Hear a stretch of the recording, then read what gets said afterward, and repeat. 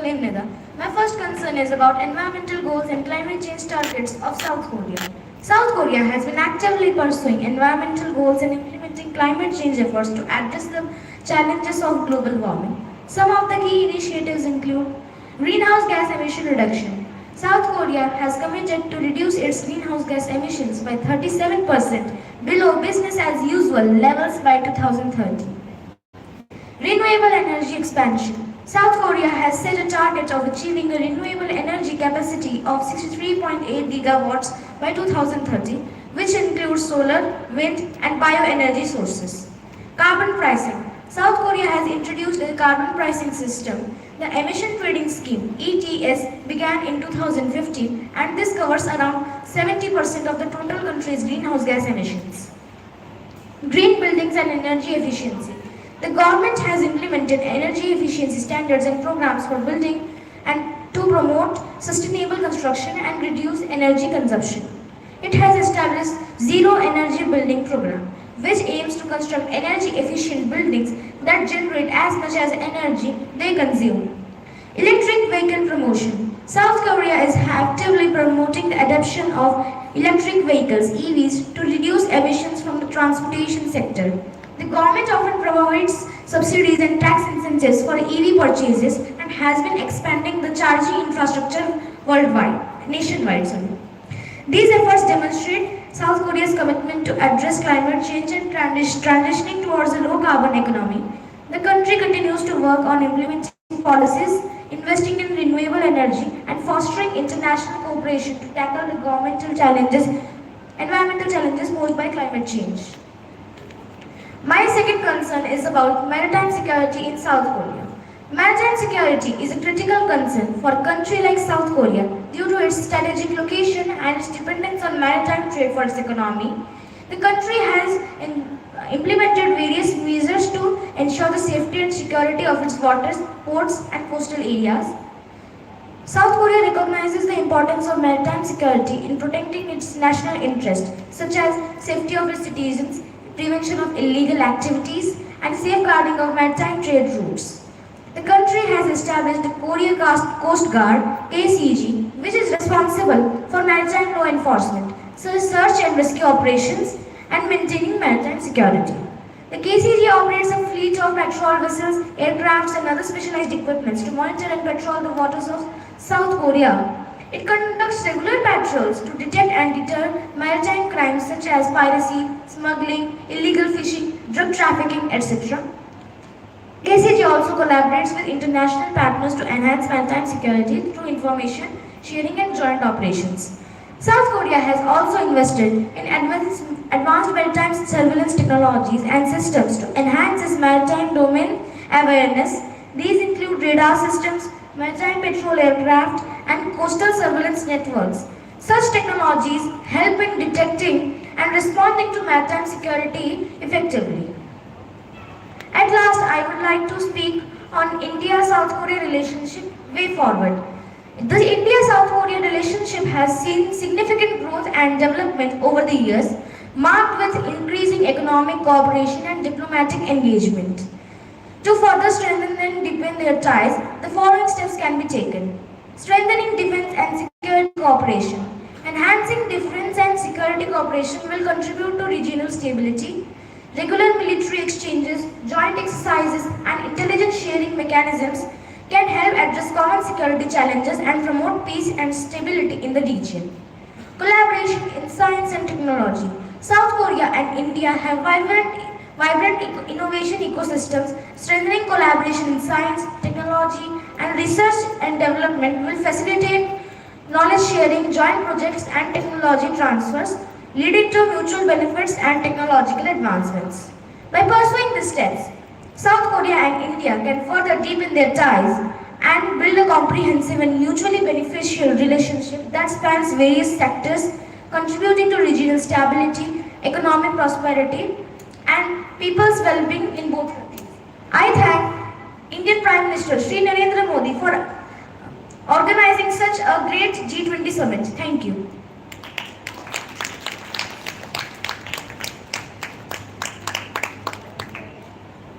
Joining us now is the delegate from Egypt, ready to engage us with their compelling viewpoint on the subject.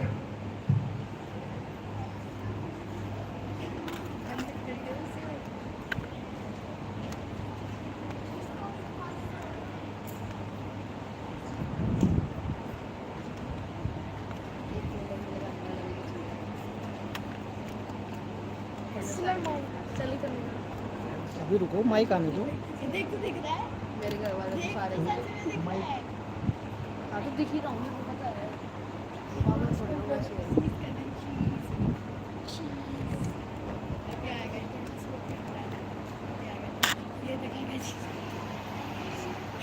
आवाज उसका जुदा होगा।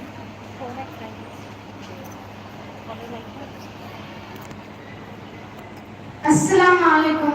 Ismi Abdul Fadir al-Sisi. Anamen. Is it was one of the founding members of non-aligned movement now. The priority meeting for the first NUM conference in Belgrade was held in Fort between the President of Egypt, Gamal Abdel Nasser, and the President of Yorkshire, Joseph Broz, who sent joint letter to other leaders during the bilateral meeting in Egypt. Ukraine and USSR issue. The Russian invasion of Ukraine has damaged partnership around the trade agreements and around the globe. For Egypt, it has been vital must seek new trade routes and reinforce existing partnership with Europe and the US. Tourism in Egypt has also been hard hit by the war, and the government says more investment is required. Russia's invasion of Ukraine has presented Egypt with complex diplomatic challenges. My second concern is environmental goal. The Egyptian Environment Affairs Agency is the highest authority in Egypt, promoting and protecting the environment. Environmental Protection Agency scientists signed an agreement with the counterparts in Egypt to protect human consumption from microbiological containing drinking water. Egypt Vision 2023 is an unified long-term political, economic and social vision. The vision sets target to reduce greenhouse gases by 10% from the energy sector, including oil gases by 2030 compared to 2016 levels. My third concern is global health. Egypt's global health minister Carol Abdul Bahar launched on Sunday the One Health National Strategic Framework 2023 to 2027. According to the Health Ministry, the One Health approach recognized close connection human and animal. Or said that activating the One Health approach has becoming an urgent necessity at all nations, regional and global levels. The Ministry of Higher Education and Scientific Research and Local Development participated in preparing the document of Egyptian mention. My fourth concern is climate change. Although Egypt accounts for only 0.6% of annual global carbon dioxide (CO2) emission, it is becoming of the most heavily affected by extreme weather patterns. Egypt needs to harness the long-standing experience in the climate-related policy of other countries. In Egypt, normally temperature nearly 50 degrees to 37 degrees in night, 10 degrees Celsius. Maritime security. The Egyptian Navy has assumed leadership of the recently established Combined Task Force 153 CTF 153 in the Red Sea. The US officially handed over the command to Egypt during the ceremony held in Bahrain on 12 December. The new National Security Services NSS was established in its place. The conservation of that 2 ships will serve under the task force at any one time. Thank you for having my topic with attention.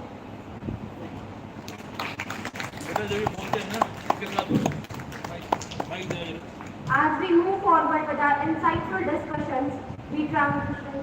बेटे जब ये बोलते हैं ना recording होती है उनके साथ वाले बच्चे बिल्कुल सीरियस रहना आप आगे पीछे देखते रहते हैं सामने आपका लाइट टेलीकास्ट होता है, जो भी कुछ हो रहा है तो वहाँ पे डिसिप्लिन प्रॉपर जाना चाहिए सभी बच्चों का। मैं देख रहा था कि वहीं से नया लेडी के अंदर देख के आया हूँ ओपी में, ये बच्चा बोलता है वो कभी उधर देख रहा है, कभी उधर आगे पीछे देख रहे हैं। 3-4 बच्चे को नोटिस किए मैंने। तो जिसके बाद भी कैमरा आता है वो अपने सीरियस बैठे और सामने देखें, सुने अच्छे से केयरफुली, आगे पीछे किसी ने देखना नहीं है।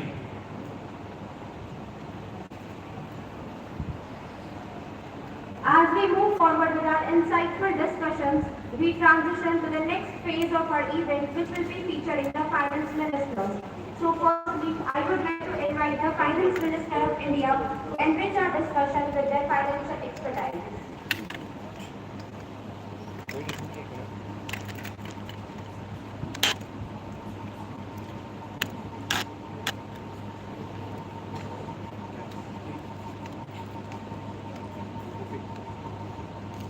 नमस्कार, मैं निर्मला सीतारमण, भारत के वित्त मंत्री, आपका ध्यान भारत से संबंधित अलग-अलग विषय पर केंद्रित करना चाहूंगी। पहला विषय है subsidies in our agriculture sector. Primary sector play a very crucial role in our Indian economy as it is the backbone and traditional occupation of our country. You all will be amazed to know that about 55% of our country's population is engaged in this sector. As per advanced estimate of financial year 2023 of Kharif crop, total food grain production in the country is estimated at 149.92 million tons. The Indian government is planning to launch Kisan drones for better crop assessment, installation of land records and spraying of insecticides. Government of India has also continued the umbrella PMKSY scheme with an allocation of rupees 4,600 crore. Now, the matter of concern is subsidies. Agriculture subsidy in India primarily consists of subsidies like fertilizer, irrigation, equipment, etc. It also prevents the farmer from the situation of debt trap. Now, the question here is, should subsidy be provided to farmers? In my opinion, subsidy should be provided to farmers as it helps to encourage and enhance economic activity.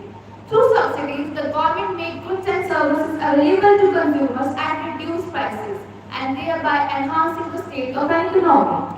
So there is no harm in providing subsidies to farmers. Moving ahead with the next topic, that is rising oil prices. There is also a significant impact on the consumer price index with a rise in crude oil prices. Hence, inflation increasing with the rise in crude oil prices. The RBI and Indian government are trying really hard to bring inflation below the 6% threshold. But if oil price increase, controlling inflation won't be easy. But still, India is negotiating with other countries. At present, a weaker rupee is increasing the cost of importing oil into India, leading to higher gasoline prices. My next issue of concern is RBI, which stands for China's Belt and Road Initiative. It is a strategy initiated by the People's Republic of China that seeks to connect Asia with Africa and Europe via land with maritime networks. It has brought economic stability in India. While it may promote infrastructure development in developing countries, but the BRI ultimately pushes forward a trifecta of environmental devastation in the form of coal, polar silt, and biodiversity loss. While the BRI presents opportunities, but negative environmental and social aspects are inevitable. At last, I extend my thanks and appreciation to all the ministries present here. I hope we will find solution to our problems with cooperation. Thank you.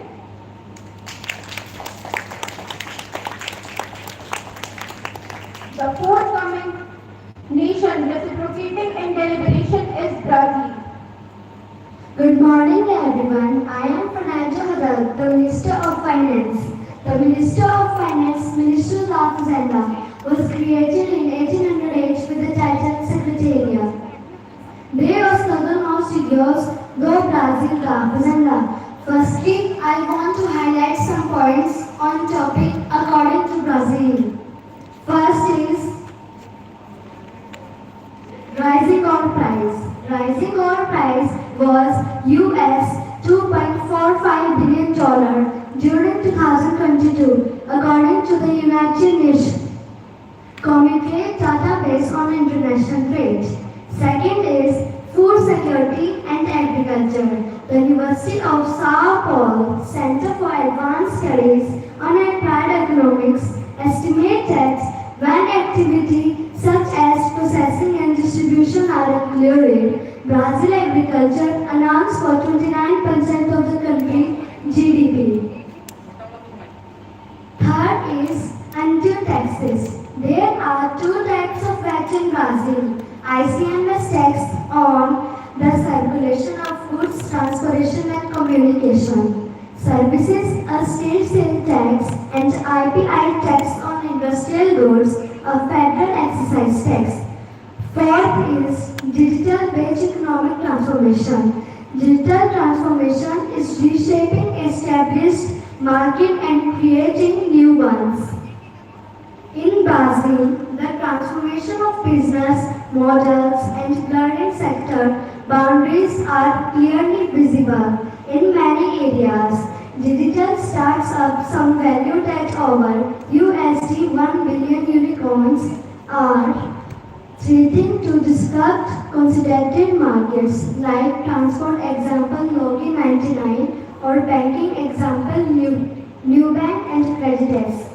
My fifth is the Brazilian Invested Property Institute. The INPI is the Brazilian Patent and Trademark Office, is an autonomous federal agency under the Ministry of Development, Industry and Commerce. Property as well for granting the registering patents, inventions and utility models, industrial designs, trademarks, geographical indications, software and at times technology transfer contracts. Now we talk about the relationship between India and Brazil. India and Brazil share a close and multifaceted relationship which is based on shared democratic values, convergence of views on many global issues. Now, the question raises here that why Brazil is present in G20. Brazil's contribution to G20 governance is evident from its strong record of compliance of close to 81% with summit contents in 2022. India and Brazil celebrated 74 years of diplomatic relations. India is now the fifth largest partner of Brazil. Now, I would like thanks to Prime Minister Mr. Narendra Modi ji for providing me this precious opportunity and also for providing the COVID-19 vaccine to Brazil. Thank you. Indonesia is requested to present their policy initiatives and strategic plans.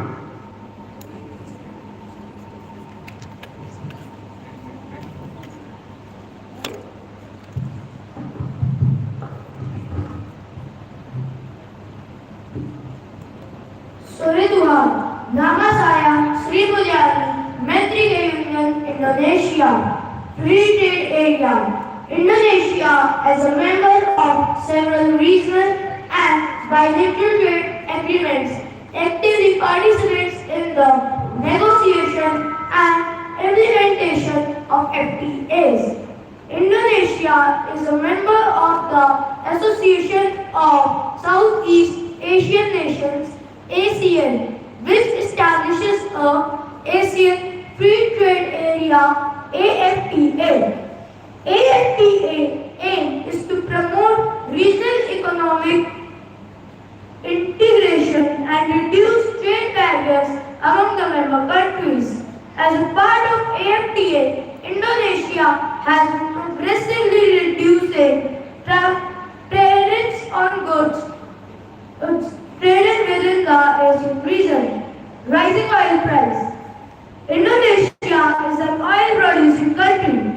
Rising oil prices can benefit Indonesia's government revenue. Higher oil prices can lead to increased export earnings for Indonesia. The country exports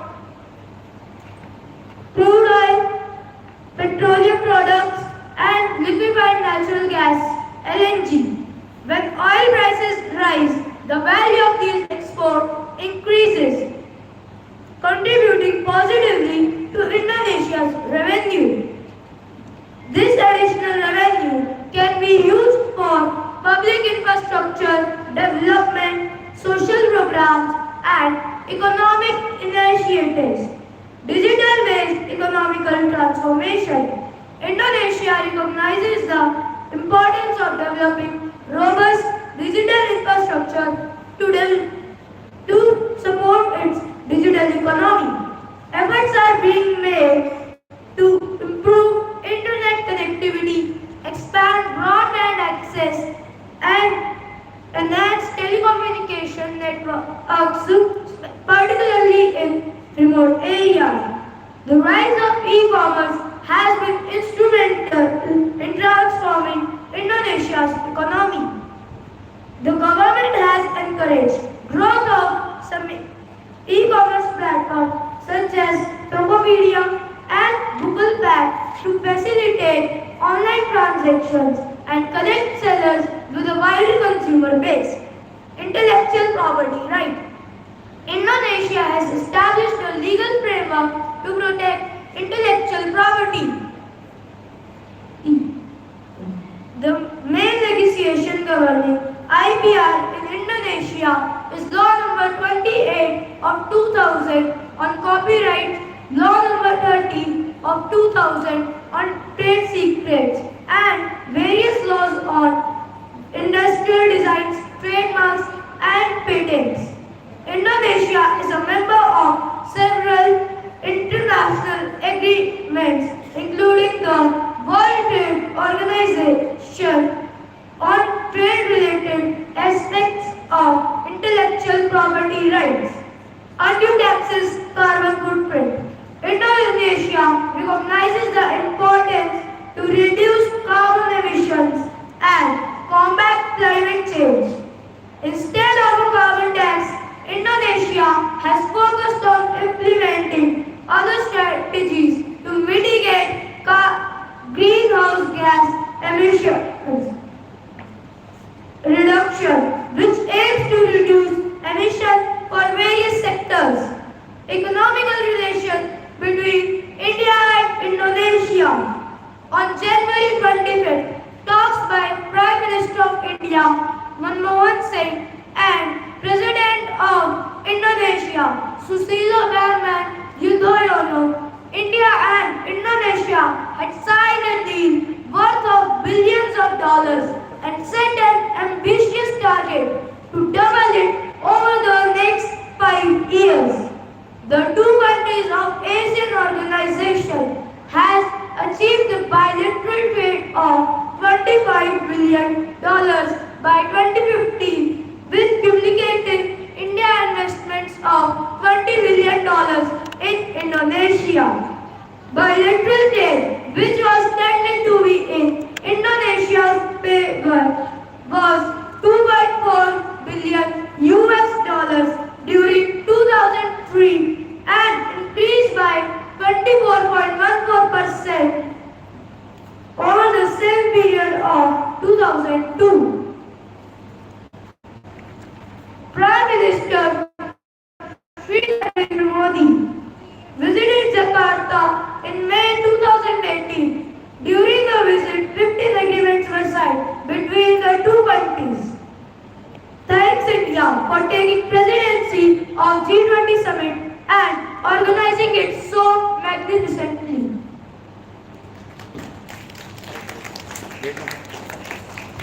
The next country coming ahead in the tabletop is Argentina. Hora Bruno Tiami, Iligo Sergio Massa Soya, Argentina, Din and April. First of all, I discuss about the free trade agreement of Argentina. Argentina has been a part of World Trade Organization since January 1995.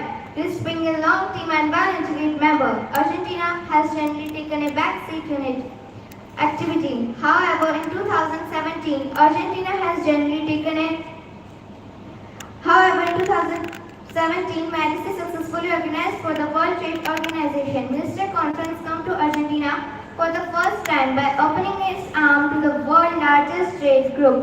Malaysia achieved a monumental trade political thumb, sending a sign to the world that Argentina is open for business and welcome for its inventor gladly. Intellectual property rights.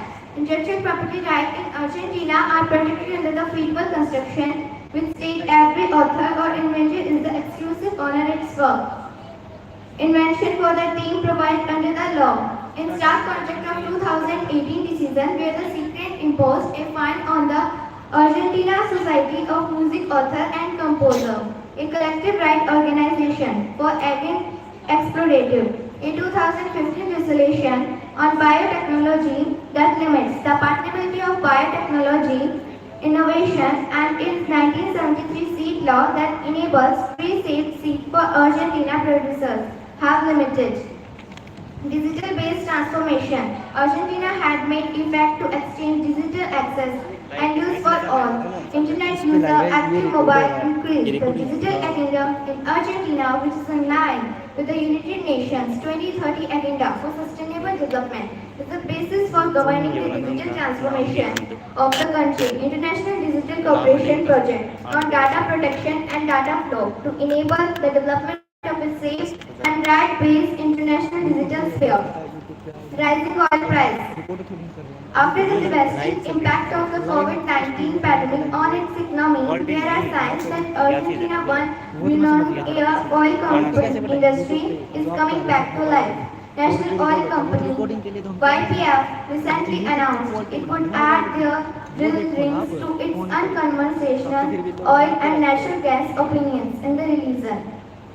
YPF posted a $247 million quality not profit, down 54% year on year, as it was not able to fully pass global price into local customer. Carbon footprint. Expect carbon prices have decreased to an average of EUR 0.73% on oxygen, down by EUR 1.93 since 2018. In 2021, expect carbon prices in Argentina consists of carbon tax, which cover 15.8% of greenhouse gas emission in oxygen. 17.2% of greenhouse emissions in Argentina are subject to a positive net effect carbon rate in 2021, exchanged since 2018. Argentina and India relation. Argentina and India are cordial relation. Diplomatic relation between Argentina and India were established on February 3, 1949. India operates a trade commissioner in Buenos Aires in 1943 and later converted it into one of the first embassies in South America. Argentina had established a consulate Calcutta in 1920, which was transferred to Delhi as an embassy in 1950. India investment in the country totaled $930 million in 2021. Argentina investment in the country totaled $120 million in 2013. Now I earlier want to thank Indian Finance Minister cases in Ukraine-Russia war. When India has a pressure to take any side, they do not took any side and majorly they continued equal trade to all over the country, and for this I am very grateful to Mrs. Nirmala Sitharaman. Thank you. Now, Australia is going to captivate us with its perspective. Good morning, everyone. My name is Jim Chalmers. I'm a finance minister of Australia. My first topic is anti-Texas. Texas is the rural town and located in the Gold Coast region of Queensland, Australia. Second, it is on the border of Queensland and New South Wales. Third, in the 2021 census, the locality of Texas had a population of 790 people. Fourth, farming is the dominant industry in the Texas region, although there is also a silver mine. Fifth, a large cattle feedlot is located about 20 minutes from town. Sixth, part of the Gold Coast region of Texas is administered from the nearby larger town of Gondwini. My second topic is rising oil price. The The major hike in prices began in the second part of 2021. Second, when there was a recovery in the demand for crude oil. Third, as the ACC example Australia's benchmark crude prices for petrol and diesels. Fourth, since crude oil is a major production input, with pricing decisions by wholesalers and retailers and levels of competition in different locations also influence fuel oils. FTA, Free Trade Agreement. The US first proposed a free trade agreement with Australia as far back as 1945. In more recent times, the prospect of an Australia-US FTA was raised in the 80s by the Howard government in 1991 US.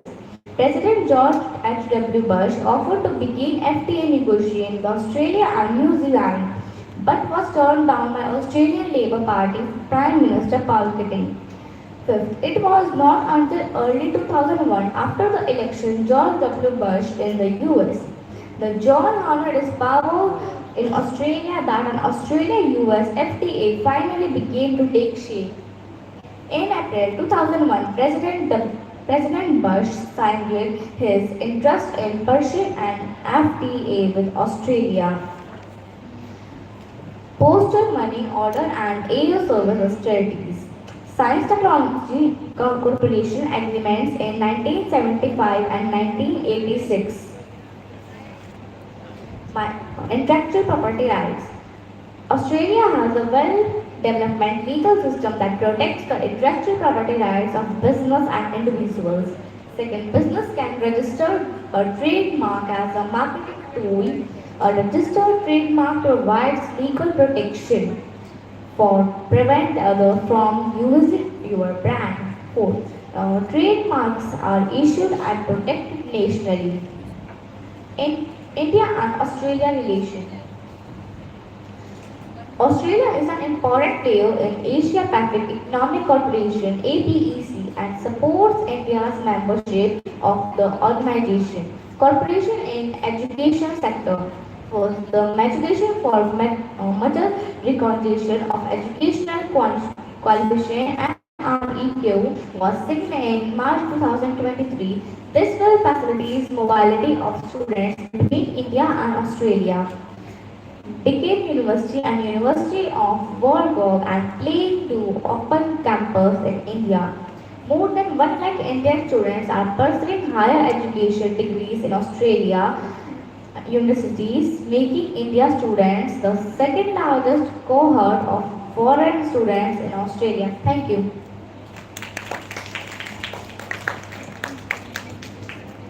Canada is allowed to define its ideology.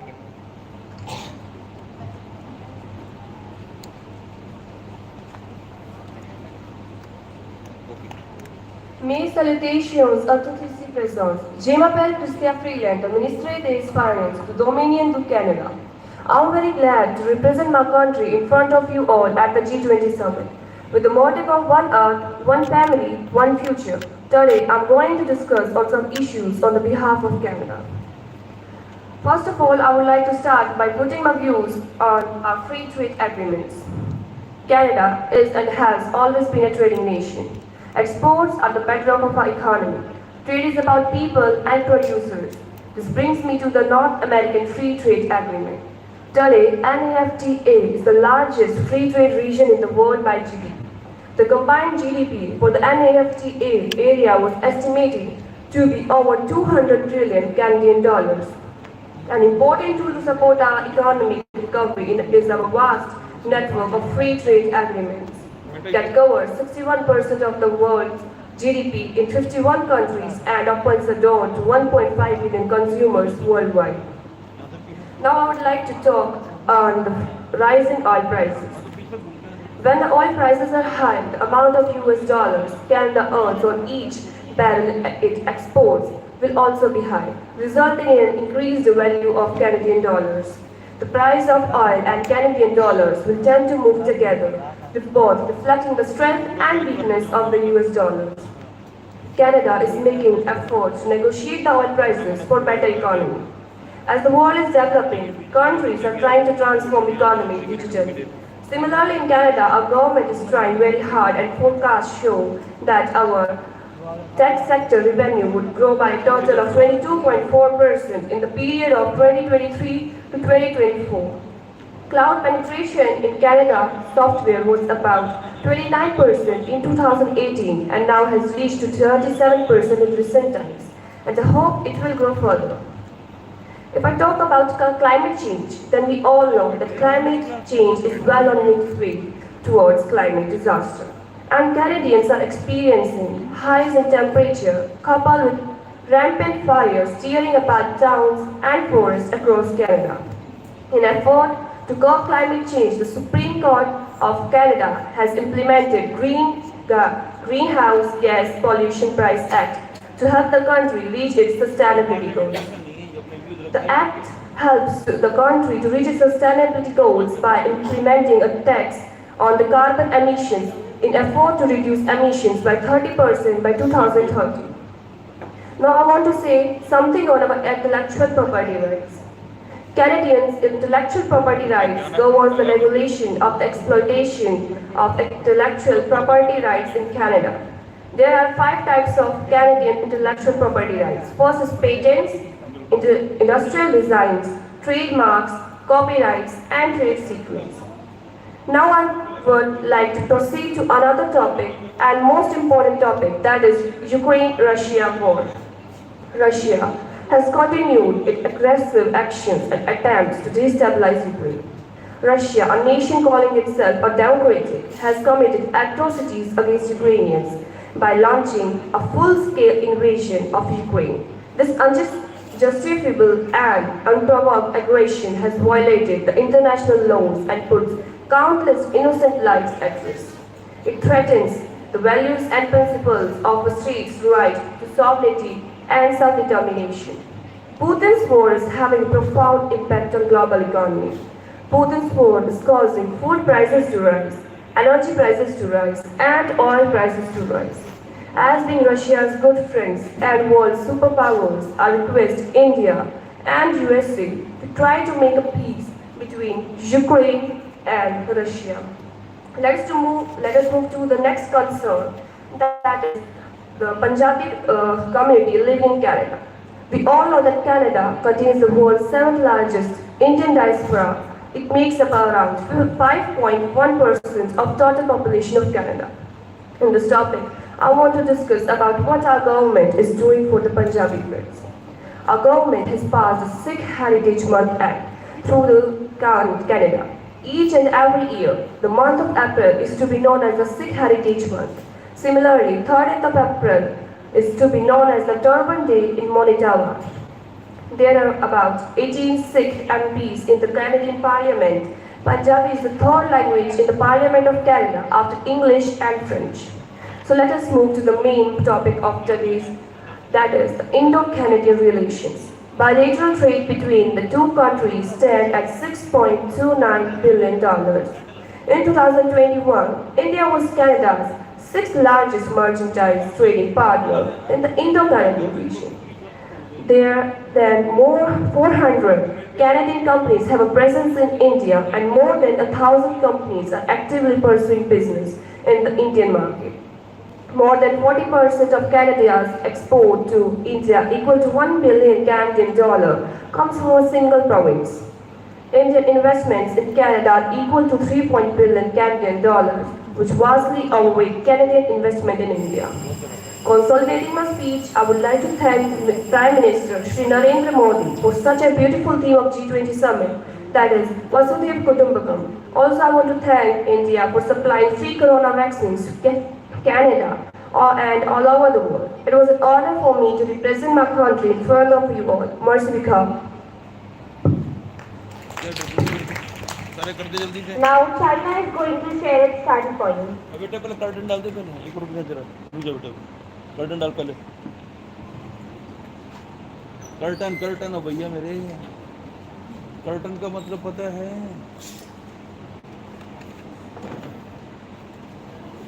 अगला भी डाल दे curtain जाके उधर से हाँ चल बेटा 你好，我是在中国地区，Sie gehen Sie bin好。我是从湖南人 Min, Gong Hee Yu Ke Shang Bu Hong Liu Kun. On the behalf of China, I want to discuss some financial topics of our country. First of all, I want to express my concern regarding free trade agreement. Free trade agreement is a pact between two or more nations to reduce barriers to imports and exports among them.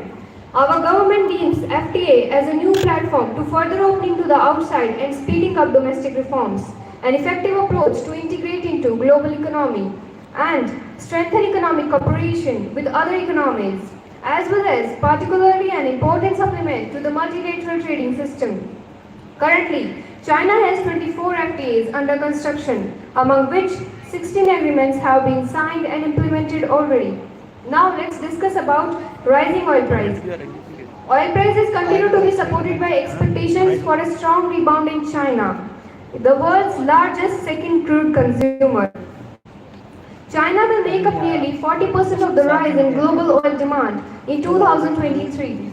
Higher oil prices make production and transport more expensive and reduce the spending power of consumers. Now, let's discuss about undue taxes carbon footprint. A carbon tax is a type of penalty that businesses must pay for excessive greenhouse emissions. A single policy could do it all for China. A carbon tax could dramatically cut greenhouse gases, save millions of lives, soothe the government's fiscal inequities, and boost green growth. In fact, this is a good news for the planet given that China is by far the world's leading producer of CO2 emissions, contributing 25% to the global total in 2013 compared with 2016, and 6% from the US and India. Now, let's move to the intellectual property right. Intellectual property right is a term referring to a brand, invention, design, or other kind of creation which a person or business has legal rights over.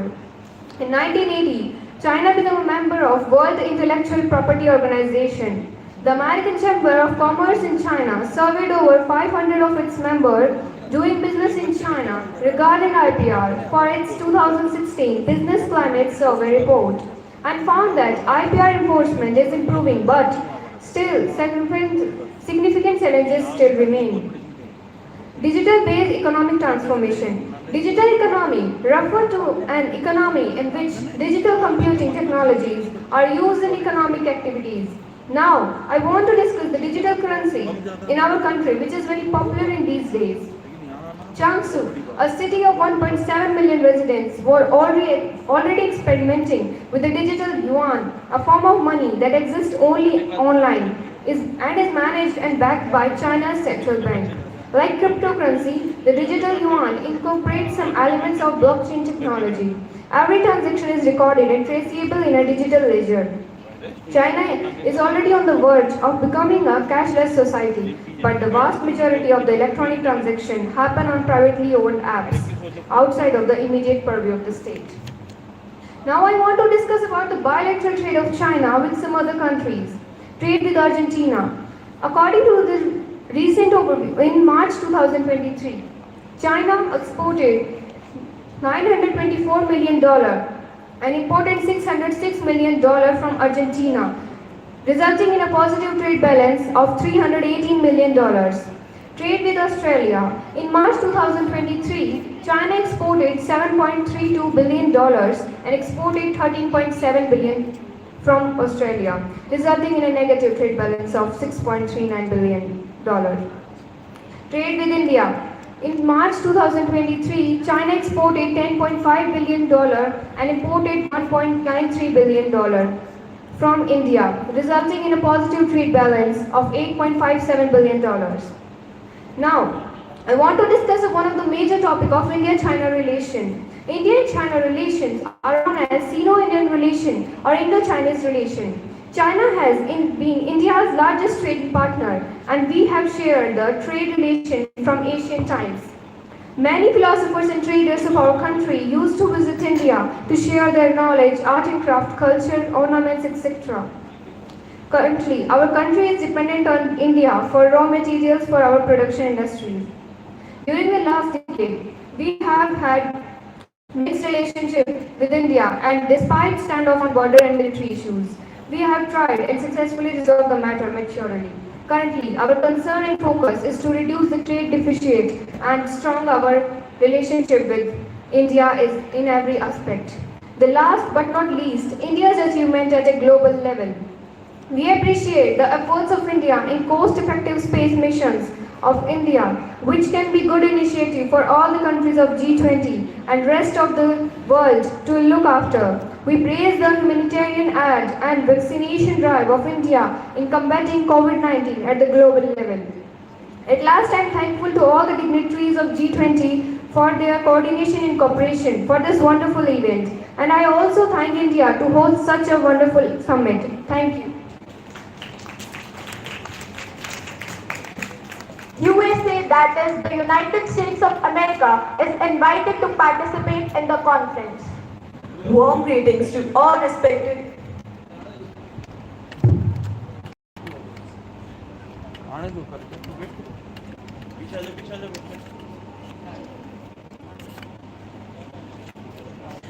आगे जो जिस country के नाम बोला जाता है ना, पहले आने दो, सेटिंग होने दो, उसके बाद बोलना स्टार्ट दो। Warm greetings to all respected G20 members. This is Janet Yellen, Secretary of Treasury of United States. Feels privileged to be part of this mesmerizing event. My tenure on this board started on January 25, 2021, for which I am always obliged to the Democratic Party.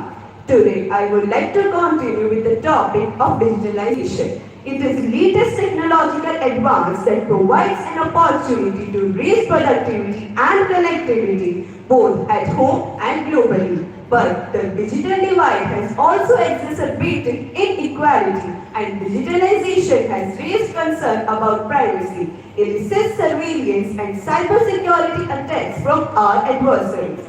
I will be working domestically and closely with our allies. Now, addressing briefly on rising oil price, our department worked on developing a cap on prices of Russian oil to ensure steady flow of oil into the global market. At times of global anxiety over high prices, cap on Russian oil is one of the most powerful tools. We have to address inflation by preventing future spikes in energy costs.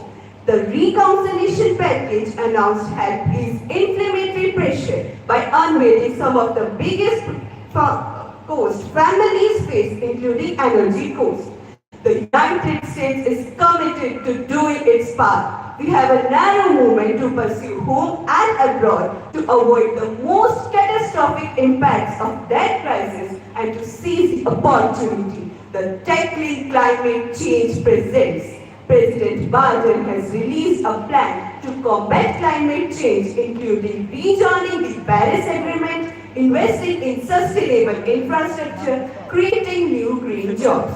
Department of Treasury is working closely with our international partners and organizations to implement ambitious emission reduction measures, protect critical ecosystems, build resilience against the impact of climate change, and promote the flow of capital toward the climate-aligned investments and away from carbon-intensive investment.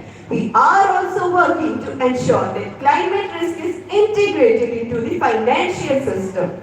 The most immediate challenge, of course, is to return to an environment of stable prices without sacrificing the economic gains of the past years. To ensure our long-term economic stability, we must keep our public finances on a sound footing.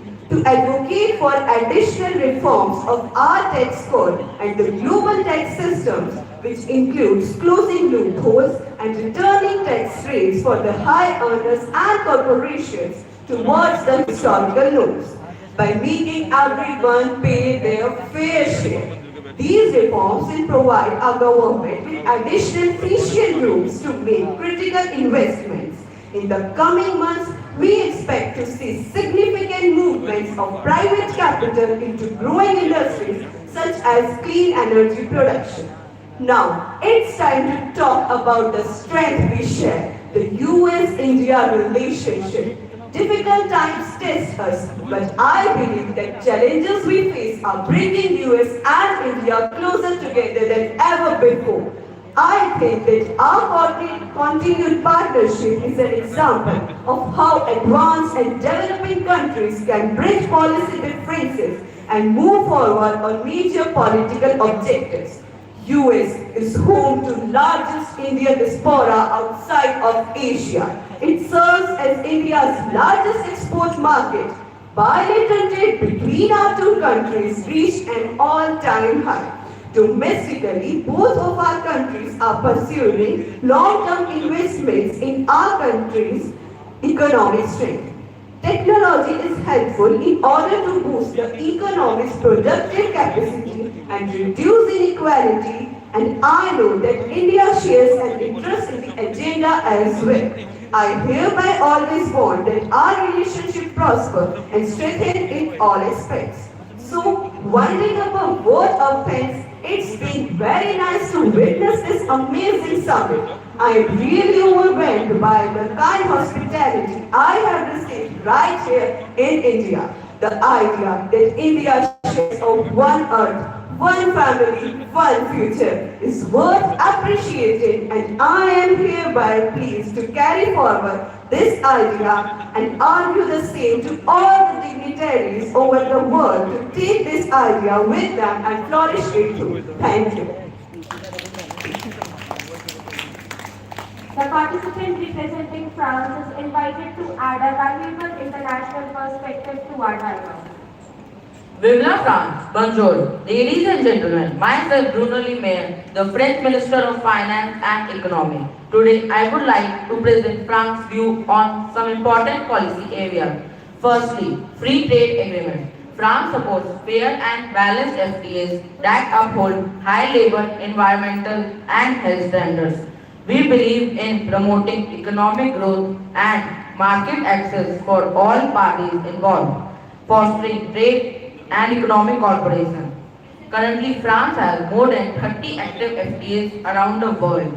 Our total exports to FTA countries reached $545 billion in 2021, accounting for 61% of our total exports. Moving on to rising oil prices. France recognizes the challenges posed by rising oil prices affecting energy security and inflationary pressure. We emphasize the need to diversify energy sources. France has made significant investment in renewable energy, with renewable sources accounting for 25% of our energy consumption. In 2021, our installed renewable energy capacity reached 55 gigawatts, a 22% increase from the previous year. Moving on to undue taxes on carbon footprints. France takes a strong stance on addressing carbon footprints and reducing greenhouse gas emissions. We believe in pricing carbon emissions to incentivize the transition to a low-carbon economy.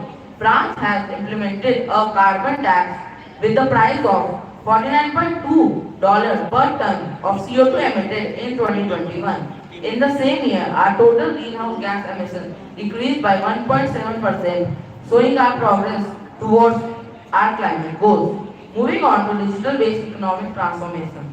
France recognizes the transformative potential of digital technologies for economic growth and innovation. We have invested $22.4 billion in digital infrastructure and skill development. The digital sector accounts for 5% of our GDP and employs over 1.5 million people. France has launched initiatives to support digital entrepreneurship and innovation, such as the France Tech Ecosystem. Moving on to IPR, intellectual property rights. France values the protection of intellectual property rights as a driver of innovation and economic growth. We have a robust legal framework and enforcement mechanism to safeguard IPR. France ranked third in the world for international patent applications, reflecting our commitment to innovation and protecting intellectual property. Now, India-France Rafale deal involved the procurement of 36 Rafale fighter jets from France. The total contract value of the deal was approximately $8.82 billion. This agreement represents a significant step forward in defense cooperation and technology transfer between our two nations. The Rafale jets equipped with advanced capability and technology enhances India's defense capability and operational readiness. The deal further strengthens the strategic partnership between India and France, fostering collaboration in defense technology and joint development initiatives. Now, our relationship with France. France values its strategic partnership with India built on shared values of democracy and multilateralism. Economic ties are strong with bilateral trade reaching 11.2 billion US in 2021, representing a 27% increase compared to the previous year. France and India collaborate in various sectors, including defense, renewable energy, and cultural exchange. The India-France Rafale deal comprising of purchase of fighter jets has strengthened our defense cooperation and technology transfer. India's effort to bring stability in South Asia through regional engagement and diplomatic initiatives are commendable. We appreciate India's achievement on a global level, such as UPI, Unified Payment Interface, which has revolutionized digital payment and financial inclusion. In conclusion, France remains committed to fair trade, renewable energy, climate action, digital innovation, intellectual property protection, and fostering strong international partnerships. By embarking these principles, we can work collectively towards a more prosperous, sustainable, and inclusive future. Thank you.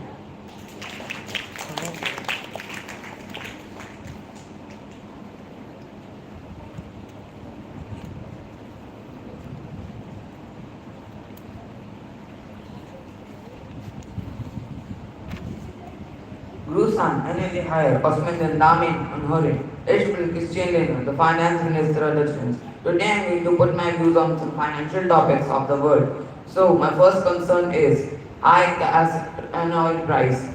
Higher gas and oil prices are trading billions of euros, not only from Germany, but the whole world.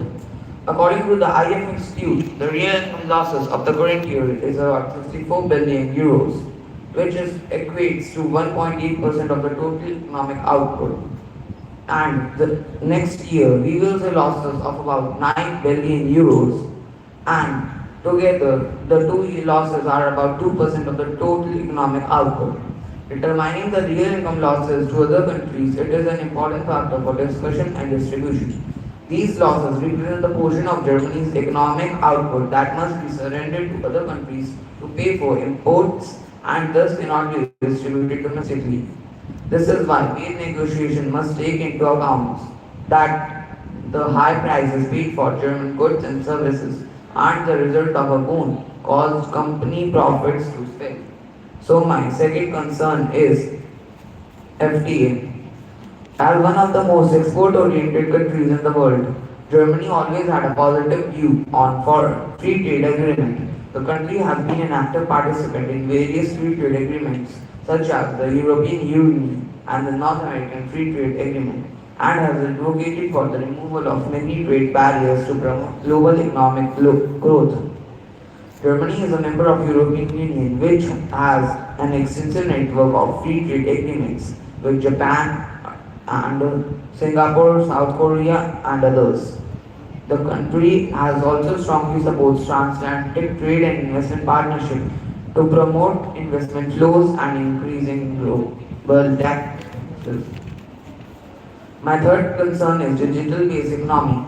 Germany has a strong presence in digital-based economy and is leader in certain areas such as e-commerce. Germany has a largely growing e-commerce market with online retail sales expected to reach 8.8 billion euros in the financial year 2021. Germany's e-commerce market is one of the largest in Europe. Germany also plays a significant role in digital-based economy, especially in Europe. The country has highly skilled workplace and advanced technological infrastructure to enable innovative growth. My third concern is intellectual property right. Germany has a strong enforcement policy to protect the intellectual property right. The country has strict laws and regulations to protect not only domestic intellectual right but also international intellectual property rights. Germany views intellectual property right as an essential component of innovation and economic growth. German government has established various institutions and agencies to enforce intellectual property rights, including the Federal Patent Code and the Federal Office of Intellectual Property. These institutions have therefore intellectual property right. Germany is a home for well-known global countries and the brands, and protecting their intellectual property is great importance to the country. In the recent years, Germany has become increasingly aware of its carbon footprints and has taken several measures to reduce it. The government has set ambitious targets for reducing the country's carbon emission and greenhouse gas emissions. One of the key initiatives taken by the German government is increasing the taxes on carbon emissions, sustainable energy. As a part of this initiative, carbon contribution, including a global of achieving a 55% reduction by the 2030 comparing to 1990 levels. So now I'm going to talk on some economic relations between the two countries. Economic relations between the two countries started in the 16th century when German trading companies from Oxford developed new sea routes around Africa as they sailed in search of precious stones and spices. Indo-German cooperation in trade technology is one of the most dynamic factors of bilateral partnership. Joint Commission on Intellectual and Economic Cooperation is led by Finance Minister from the Indian side. So,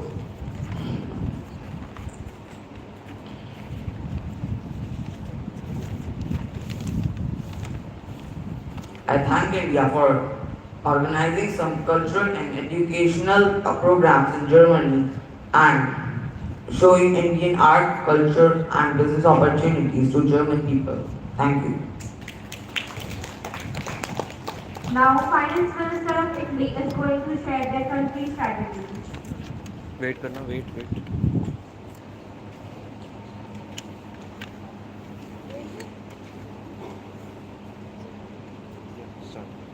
Ciao, Piacere, mi chiamo Giancarlo Giorgetti, Italiano Finance Minister presently. Firstly, I would like you to introduce my country, Italy. Italy is composed of 20 administrative regions with Rome as the capital. It has a population of about 60 million and its territory covers 301,000 square kilometers. The official language of Italy is Italian and the currency is euro. Italy has a diversified economy. Now I would like to show my concern regarding rising gold price in Italy. Italy is one of the hardest country that is hit by the conflict of Ukraine and Russia.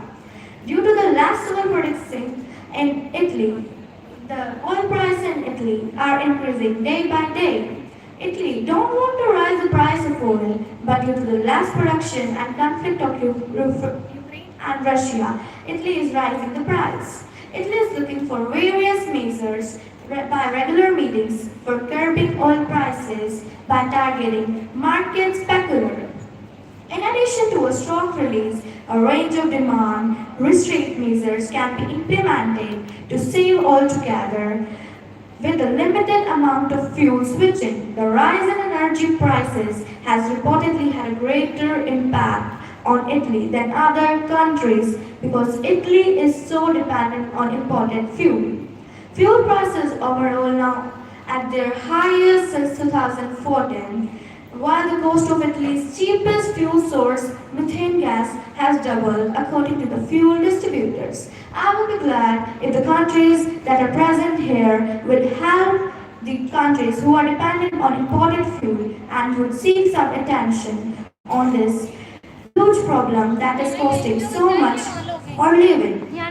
Now, FTA, Free Trade Agreement, Italy has been a WTO member, World Trade Organization member since 1 January 1995 and a party to the General Agreement and Trade and Tariffs (GATT) since 30 May 1750. It is a founding member of European Union. The Italian economy is the eighth largest in the world and the third largest in the European Union with a GDP of $2.1 trillion. India and Italy resumed negotiations for a free trade agreement, investment, production, and geographical indications. The importance of achieving a free, balanced, and fair FTA was discussed by ministers and they hope for it to be concluded soon by ministers. They also decided to join commissions and economic cooperation substitute meeting in September 2013 in Rome. In future, Italy will sign more agreements with other countries that would be beneficial for both the sides. Digital-based economic transformation. Italian strategy for digital skills is aimed to fight the cultural digital divide, affecting the Italian populations through supporting digital inclusion, to support the e-skills development throughout the higher education and training cycle, to promote key competences development for the future and increase the percentage of IC specialists, especially in emerging technology. Indirect taxes in Italy. Taxation in Italy is levied by the central and regional government and is collected by the Italian Agency of Revenue. The total tax revenue in 2018 was 42.4% of GDP. Most important earnings are indirect income tax, corporate tax, and more. All of those are collected at national level, but some of those differs across regions. Personal income taxation is progressive in Italy. Income tax, corporate tax, value-added tax, social security tax, other taxes, taxation evasion, and lack of guarantees. Now I would like to share the relations of India and Italy. The foundation of Italy and India's relations stand firm based on the shared principles, values of democracy, freedom, human rights, and upholding the rule of the law. In addition, the two countries work closely to increase the research and development in the field of science and technology. Items of Italian imports from India are ready-made garments, jams, jewelries, vehicle, iron, and more.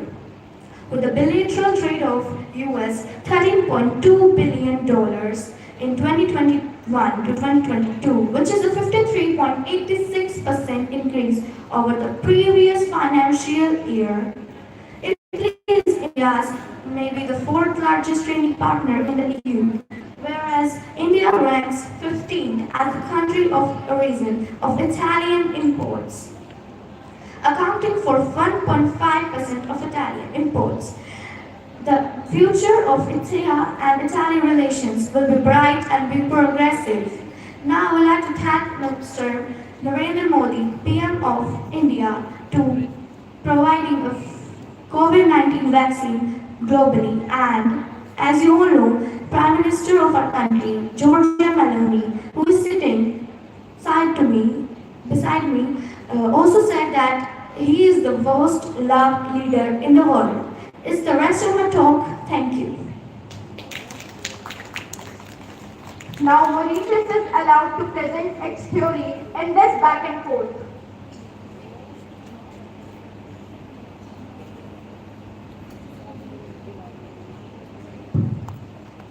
Hello everyone. I am Pravit Kumar Jagannath, the Finance Minister of Mauritius. Today I am going to tell you my concern regarding some topics. So my concern regarding intellectual property right is, intellectual property right in Mauritius is protected by the 2019 Industrial Property Act and the 2004 Copyrights Act and the 2002 Protection Against Unfair Practices Act. The Act consolidates all industrial property related issues in one statute. The protectional framework covers trademarks, industrial designs, utility models, layout designs of integrated circuits, plant varieties, trade names, and geographical indications. My concern regarding rising oil prices.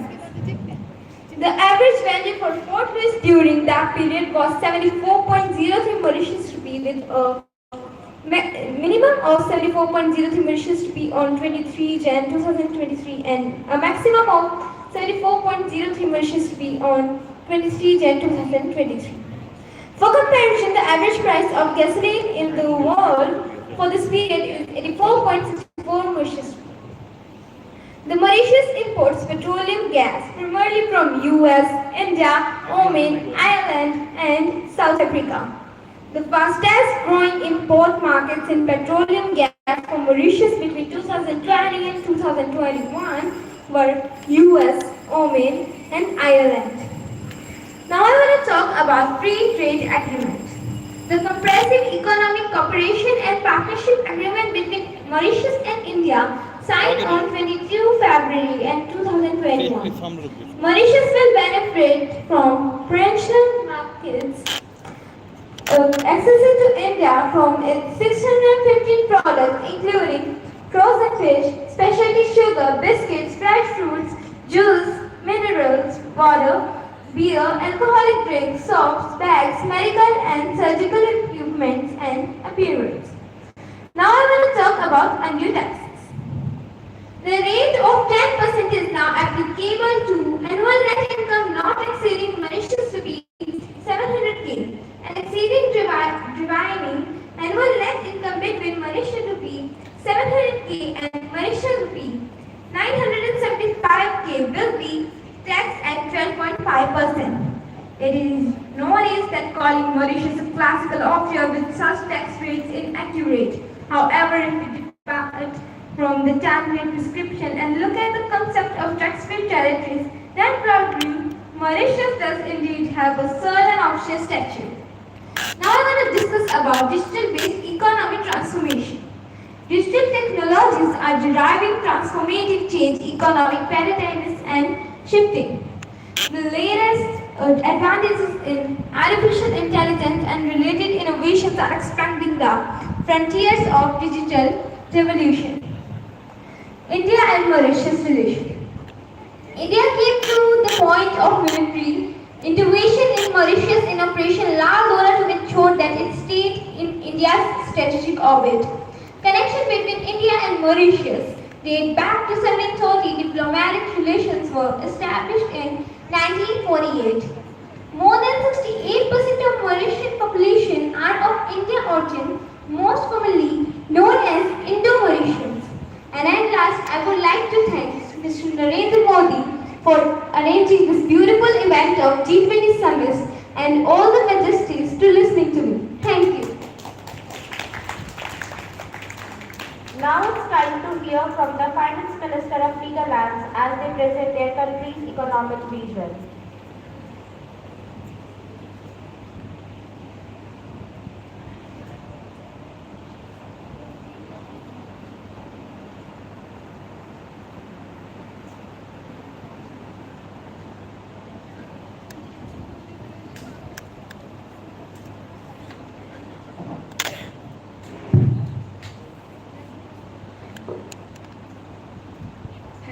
And this great capital and financial Netherlands. My concern is increased oil prices. Increased oil prices lead to higher transportation costs impacting industries that rely heavily on imports and exports. The Netherlands, being a highly trade department country, may experience a negative impact on its balance of trade due to increased oil prices. Higher oil prices can contribute to inflationary pressures as transport costs increase, leading to higher prices for goods and services. Dutch consumers may face higher fuel costs impacting their disposable income and potentially reducing spending in other sectors of economy. The country manufacturing sector, which relies on energy-intensive processes, may face their production costs, potentially reducing competitiveness. My next concern is undue taxes carbon footprint. The Netherlands has implemented various taxes and policies aimed at reducing carbon emissions and addressing climate change, which can be viewed as an attempt to internalize the costs associated with carbon footprints. The country has introduced a carbon tax on industrial activities, which has been gradually increased over the years. This tax applies to emissions from sectors such as power generation, manufacturing, and transport, aiming to incentive companies to reduce their carbon emissions. The Netherlands has also implemented a carbon pricing system for the energy sector through the European Union Emissions Trading System (EU ETS). This system places a cap on the total amount of emissions allowed, and companies must hold permits allowances for their emissions. This creates an economic incentive for companies to reduce their carbon footprint, to invest in cleaner technologies. The Dutch government has introduced tax incentives and subsidies to promote renewable energy and energy efficiency. These measures aim to make clean energy more economically viable and reduce dependence on fossil fuels. The Netherlands has set ambitious targets for reducing greenhouse gas emissions by 2030. Countries aim to reduce emissions by 49% compared to 1990 levels and achieve a virtually carbon neutral economy by 2050. The taxes and policies in place are intended to support these goals. My next concern is FTA, increased market access. Free trade agreement provide the Netherlands with improved access to foreign markets, enabling Dutch businesses to expand their customer base and increase export opportunities. Tariff elimination (FTAs) typically involve the reduction or elimination of tariffs on goods and services traded between partner countries. This reduction in trade barriers lower costs for Dutch businesses, making their products more competitive in international markets.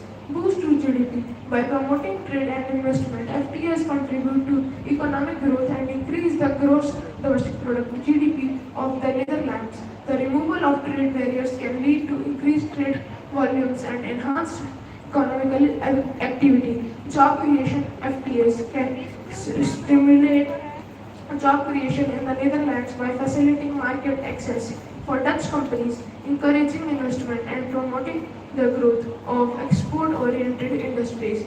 Increased international trade often leads to expanded production and employment opportunities.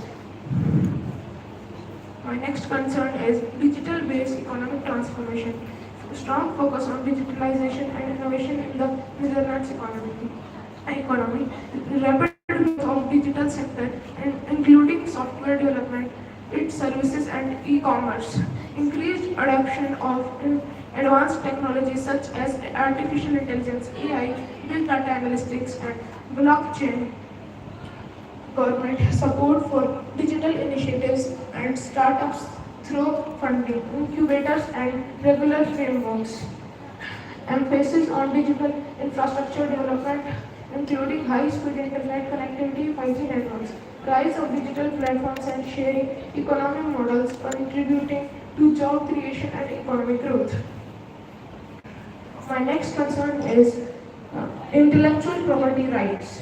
The Netherlands has a strong focus on protecting intellectual property rights. IPR is as a part of its overall economic strategy. Intellectual property rights in the Netherlands include patents, trademarks, copyrights, and industrial designs.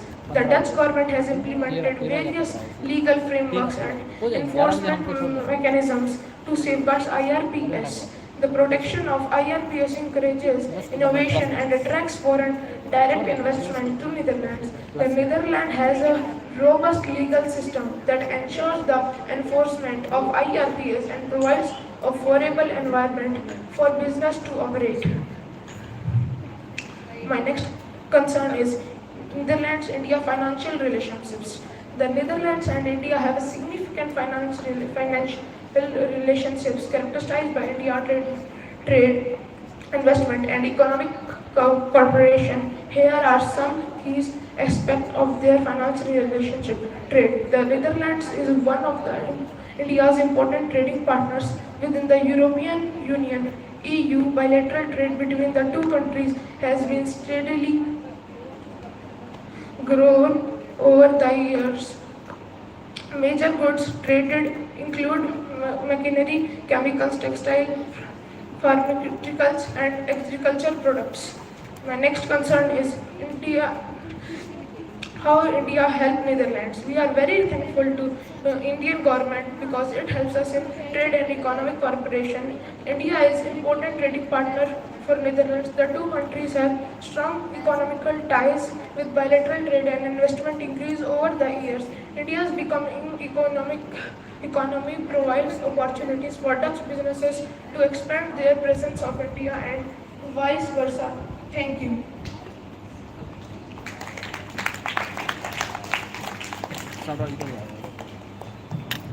Now, Egypt can demonstrate its philosophy in the respective argumentation.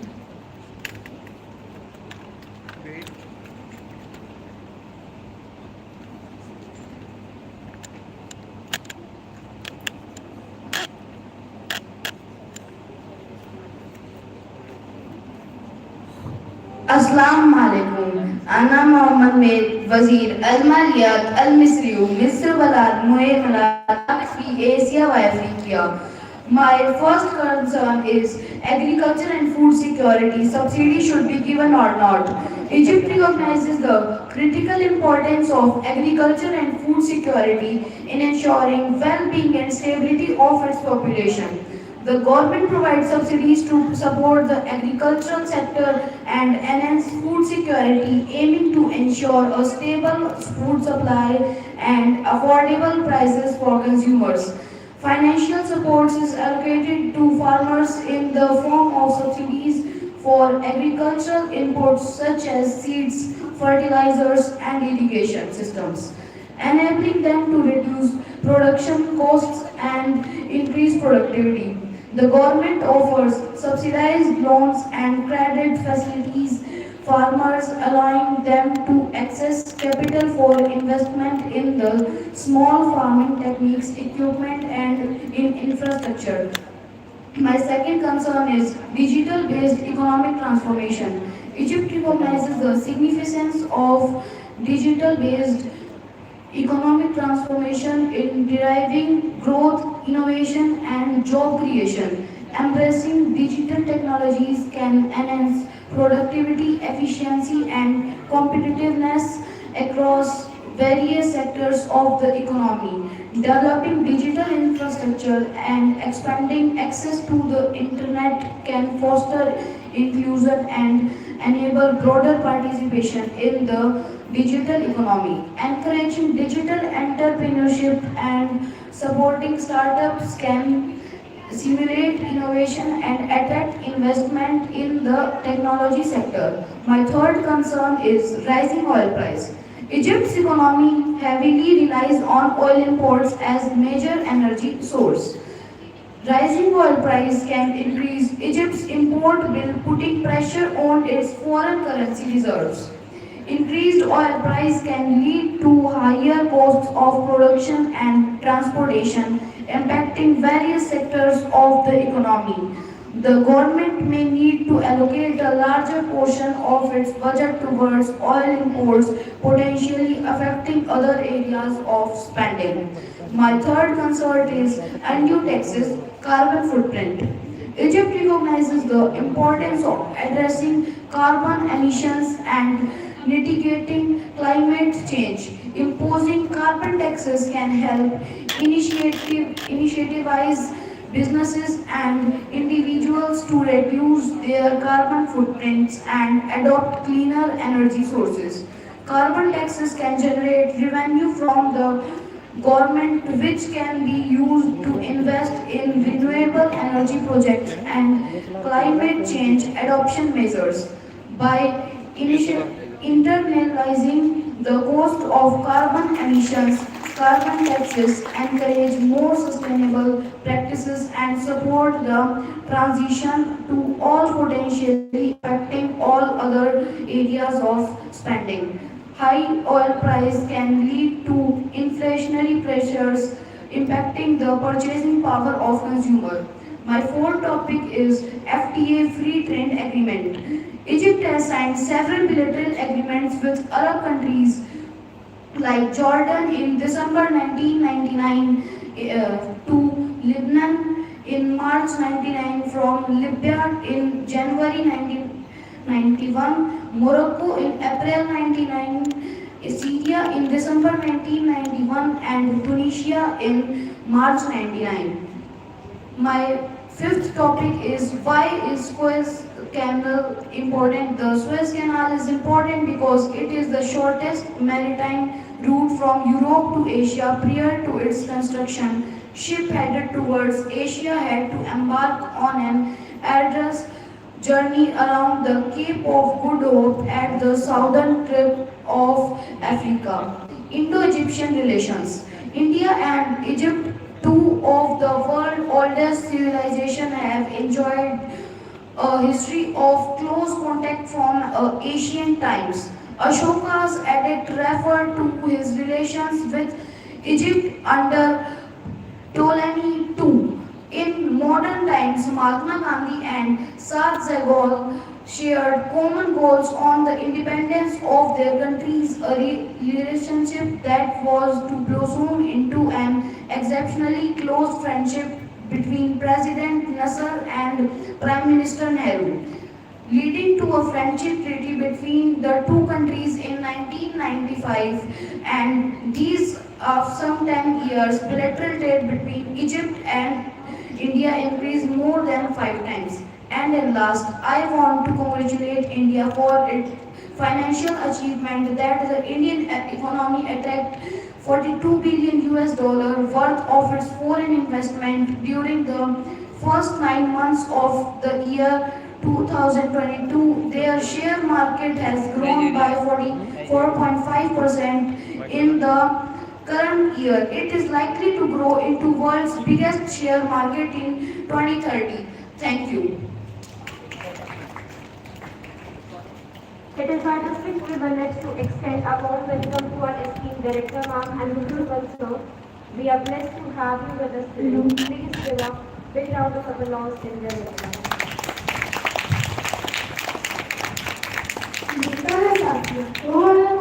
Minister Nigeria. I am the Finance Minister of Nigeria, Zainab Shamsuna Ahmed. I concern on about FTA. Nigeria has bilateral investment agreement with about 31 countries, including but not limited to Morocco, Singapore, Russia, Kuwait, South Africa, Germany, France, etc. Nigeria has signed the African Continental Free Trade Area Agreement in July 2019 and ratified the agreement in December 2020. Larger market access, free movement of labor goods, states and services. Sorry for the interruption. We extend our deepest appreciation to our esteemed guests for accepting our invitation and gracing us with their presence. To express our honor towards you, I would like to call. Thank you. Please give a big hand of applause.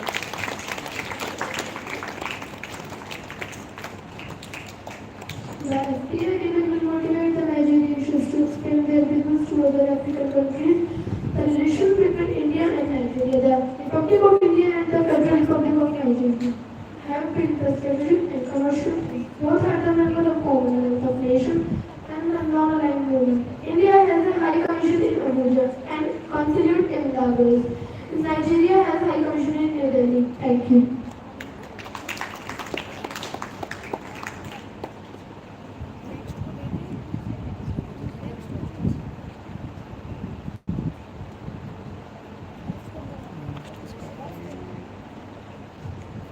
Now, Turkey has been called out to discuss its belief in the current backdrop. Wait रखना wait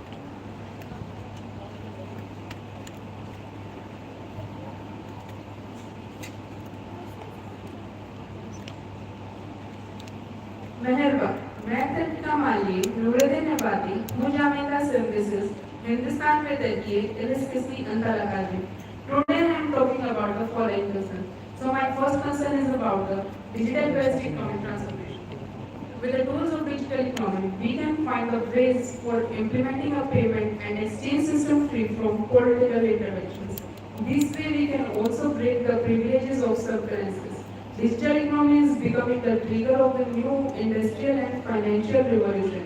Countries that promote an innovative, integrated and data-driven economic sector would be the star of the digital age. Turkey unintentionally became a part of the board. As a result, we saw some volatilities in our currency, which had no national macroeconomic base. My point is here that this happened to Turkey and the risk trend for all the countries, they might face a similar situation. The second concern is about the food security. In accordance with the international agenda, Agriculture Minister of the member countries during Turkey's G-20 presidency in 2015 emphasized that the food system should become more sustainable and productive in economic, social and environmental terms. At the national level, a key initiative in Turkey regarding the food loss and the waste is the Bread Waste Preservation Act, launched in 2013 back to 2008. In order to observe the impact of the campaign's efforts on the society and monitor waste trends, a measurement survey was conducted at the end of 2013, which was found 18% reduction in the bread waste. Now I want to let you know about the India and Turkey relations. India-Turkey relation, also known as Indo-Turkey relations, refer to the bilateral relation between the Republic of India and the Republic of Turkey. More than 150 countries in India with the Indian capital have registered in Turkey in the form of joint ventures, trade and representative offices. On 23rd September 2009, a PSLC-14 rocket from Indian Space Research Organization launched in Turkey's first lunar satellite. India and Turkey may give priority to working together on international challenges by reducing the languages from the official declaration. At last, I want to we really appreciate the help extended by the India to Turkey within the hours of the earthquake. Thank you. The student representing United Kingdom is invited to share their perspective, adding valuable diversity to our schools.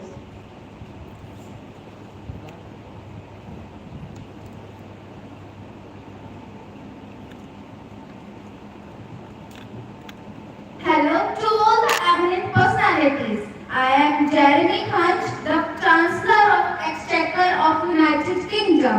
I am representing UK's counterparts. So I am highlighting my views over the following matter, starting with the subsidy in agriculture. Farming in UK is now going through a biggest change in a generation. Farmers play a very crucial role in protecting and enhancing the natural environment. If we want farming and food production to be resilient and sustainable over the long term, then farming and nature must go hand in hand. So in order to fulfill both these requirements and to increase the domestically produced foods, subsidies can be very helpful. Subsidies should be given not simply for cultivating the land area, but for producing the public goods. These include sequestering the carbon into the soil and enhancing the habitat with pollinator-friendly plants. Other payments will help the farmers to adapt to climate change and to improve their warehousing facilities. Now I am raising my concern on the rising oil prices. 22-23 oil prices in UK are expected to reach 80.1 British pound per barrel. Most of our supply oil comes from Ukraine, so the war with Russia has caused a major disruption on the export of the oil. The lack of supply of oil has made the chips, crisps, cereal bars more expensive and increased the inflation rate up to 9.9%. The UK's consumers are struggling with the cost of living crisis. But we have adopted the usage of olive and rapeseed oil rather than the sunflower oil. Most of our parts like Tesco have introduced a temporary buying limit of cooking oil per customer, and these restrictions were a temporary measure to ensure the availability of oil for everyone.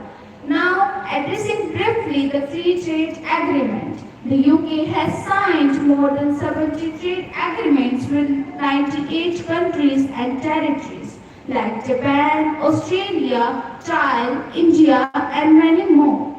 The FTA deal provides more opportunities for the UK firms to trade digitally through the British tech, creative industries, finance, telecommunication, and many other sectors. It secures the free flow of data necessary for the UK businesses to produce many products and services to the consumers.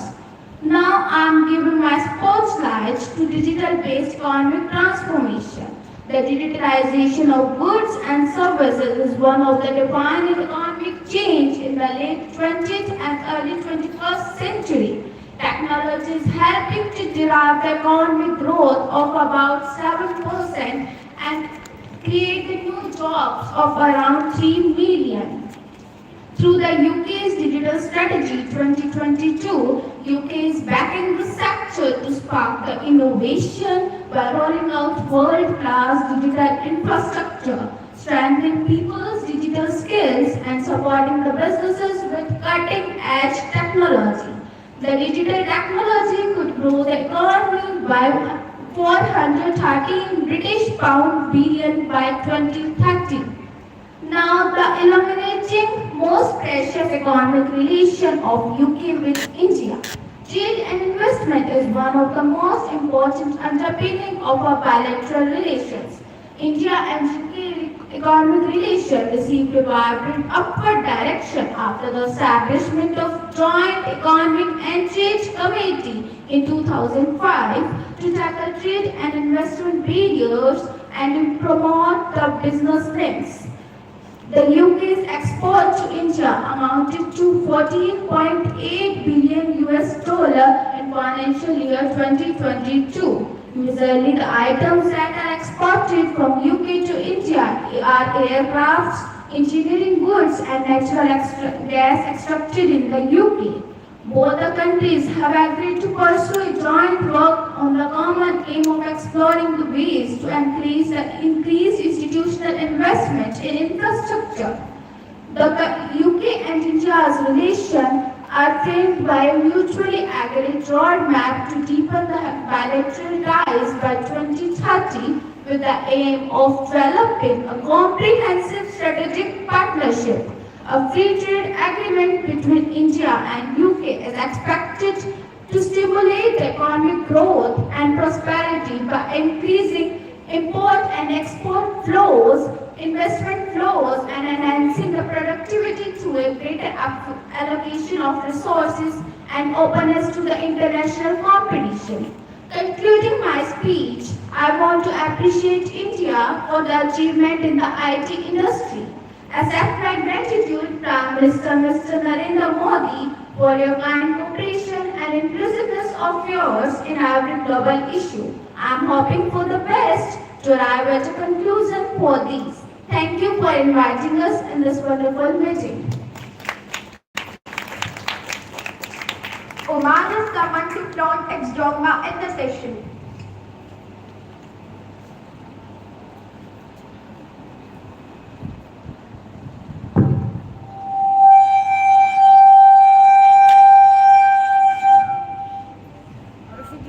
Sabah Al-Khamil.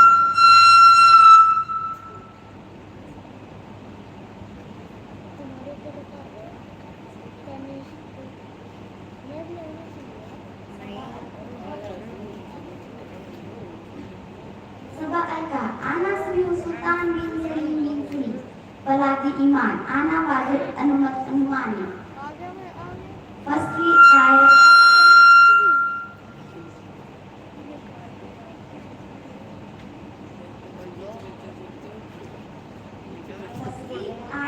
going to speak about rising oil price. We do not believe that the current price are suitable comfortably. We believe after the winter season they will go down. We think it will go to much more comfortable position than the $70. Oman set the oil price for it to be at $5 a barrel to create an extra cushion for that to payment, but that he did not think prices would go down much. We saw the number, we felt there are signs of resistance coming from the Europe, from the Far East, China, of course, and there were indications that there is an oversupply to the market. Now I am going to speak about digital economy of Oman. The arable share of the conversation amount to 23.4% in 2021. The internet penetration in Oman is forecast to the amount to 87.2% in 2026. The mobile phone subscription per 100 inhabitants in Oman are forecast to amount 1,12,000.20 in 2026. My next concern is intellectual property rights. Oman has intellectual is similar comprehension remains for the protection of intellectual property rights (IPR) towards participation in key international treaties. Now I want to appreciate Mrs. Nirmala Sitaraman and to take a natural stand in Ukraine-Russia war. Now I am thanking you, all the G-20 members and the host media officers as a great meet. Thank you very much.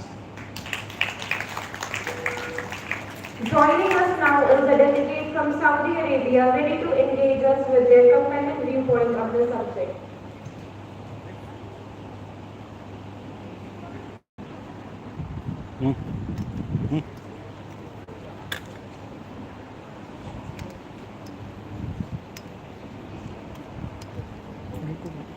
Al-Qadad al-Muwakaramun Yaha Yuwan Nafsi Muhammad al-Jadad Wazir al-Maliyat Saudi.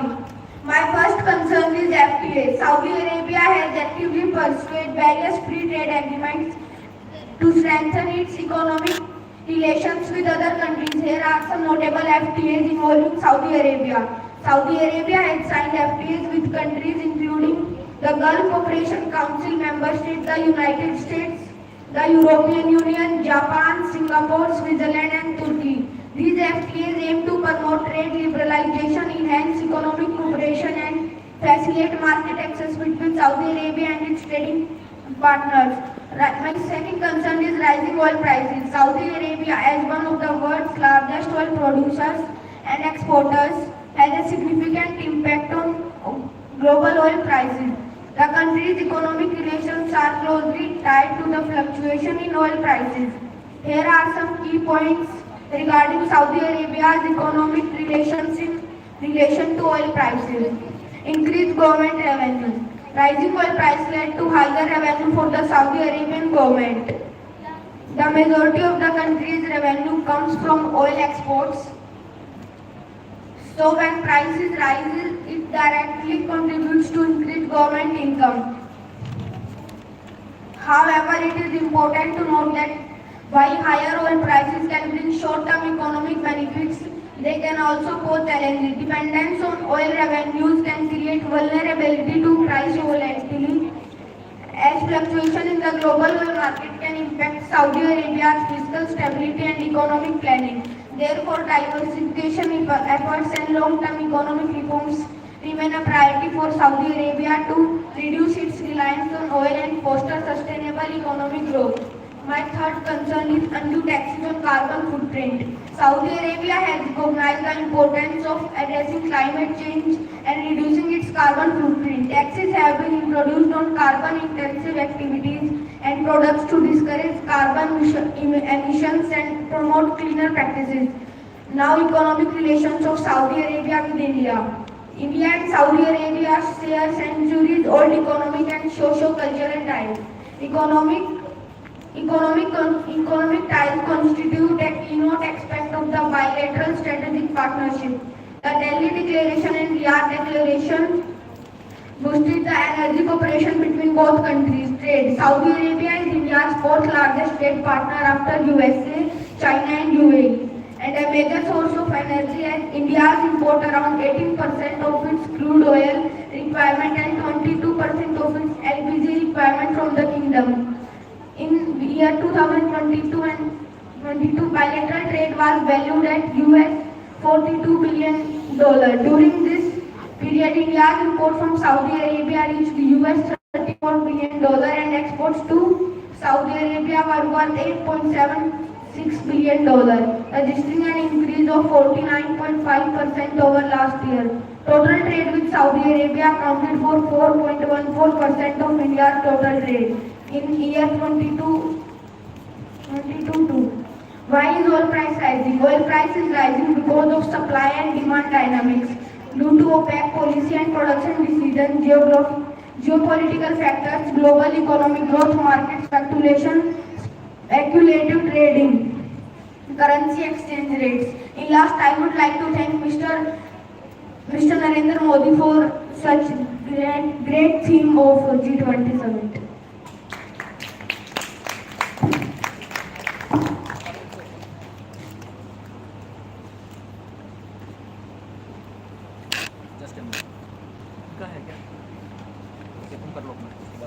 Sir storage full हो गई सीधे बैठना आप लोग बिल्कुल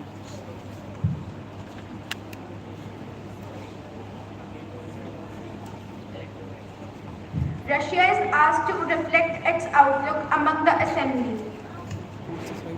Привет, Anton Silanov, the Finance Minister, Russia. Here in G20, on the behalf of Russia, I would like to talk about some topics which are related to economy. Firstly, my concern about undue carbon taxes. The EU carbon tax that is to be imposed in 2022 may affect almost 42% of Russian exports. The private sector and the state should take major active to economic competitiveness in the world of growing climate risk. Russia is one of the most affected countries by global carbon tax. Since EU is the tax export market, Russia was second largest exporter of carbon intensive goods after EU.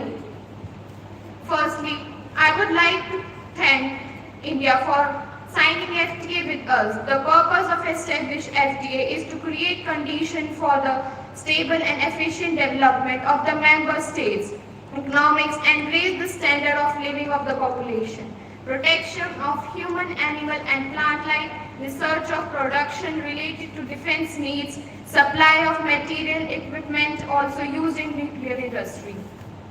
The response of United States is ongoing Russian invasion of Ukraine that began in 2022 has been in favor of Ukraine, presented Joe Biden convened the invention providing humanitarian and military to Ukraine and sanction on Russia, and Belarus and stated that the country is having involved and invaded on Ukraine.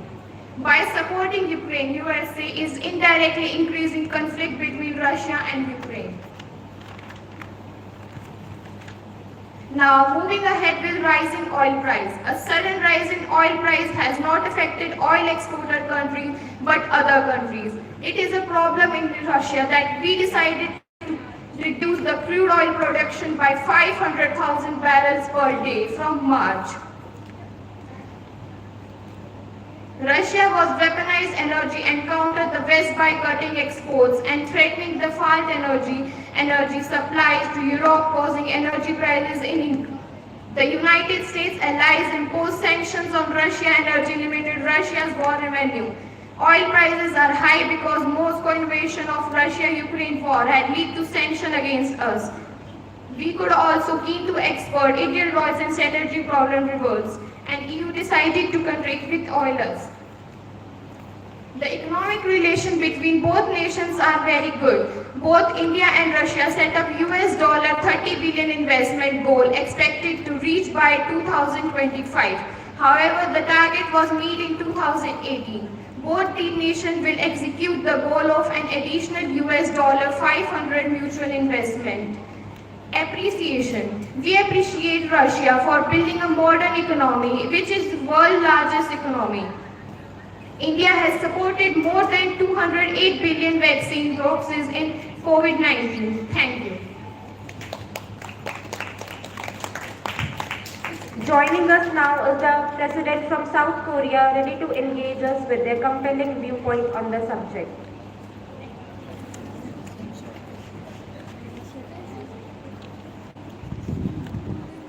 안녕하세요. 저는 대한민국의 भाई रुको रुको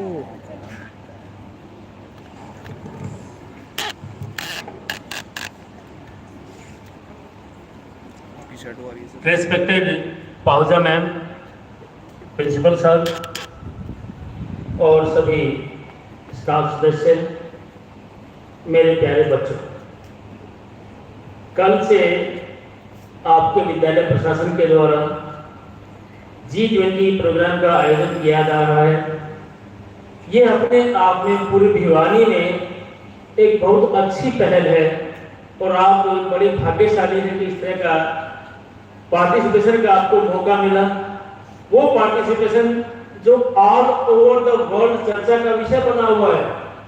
हम क्योंकि G-20 meets के organisers हैं, माननीय प्रधानमंत्री अभी रिसेंटली ऑस्ट्रेलिया और अन्य देशों में जाकर के आए हैं। 4 देशों में उन्होंने विजिट किया है और सुबह अर्ली इन द मॉर्निंग आए, उनका इतना वार्म वेलकम हुआ पालक एयरपोर्ट पर, जिसकी आप कल्पना भी नहीं कर सकते। ये हमारे लिए बच्चों बड़े गर्व की बात है कि हम पूरे वर्ल्ड में G-20 में अगर देखा जाए तो हम 3rd नंबर पर आते हैं।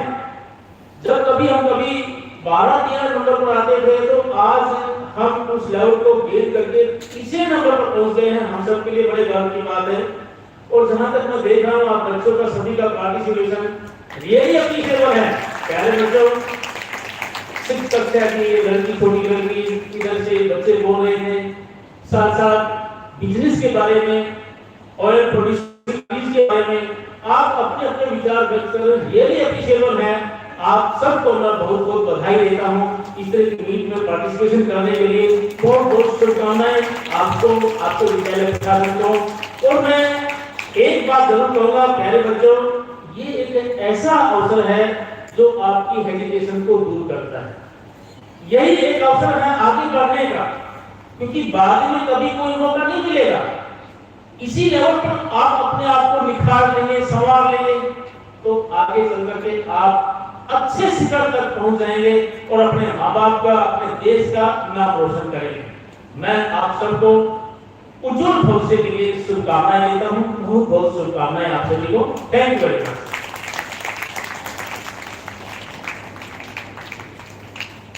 Thank you, sir. Now the President of South Korea can continue.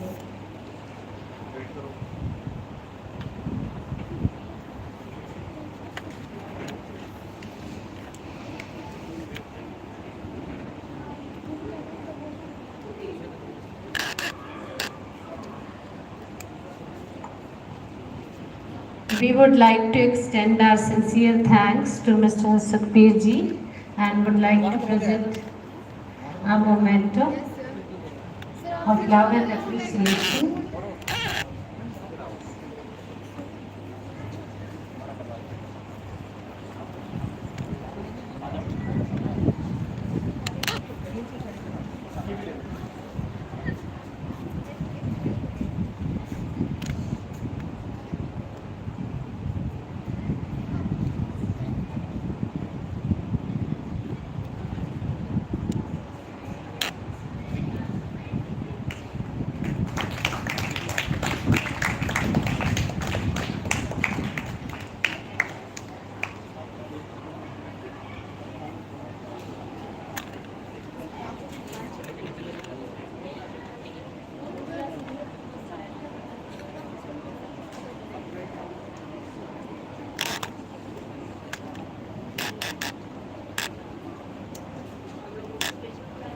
गुड़िया सीधे बैठो।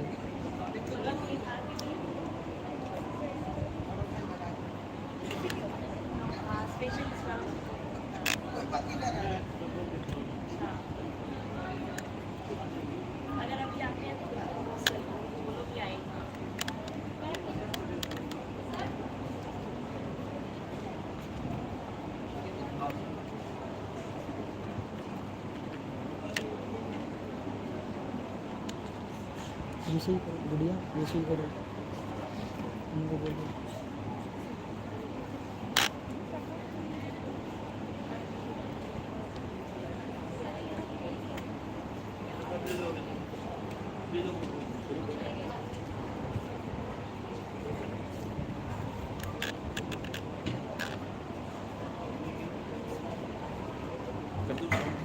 Now the country Japan is allowed to define its ideology.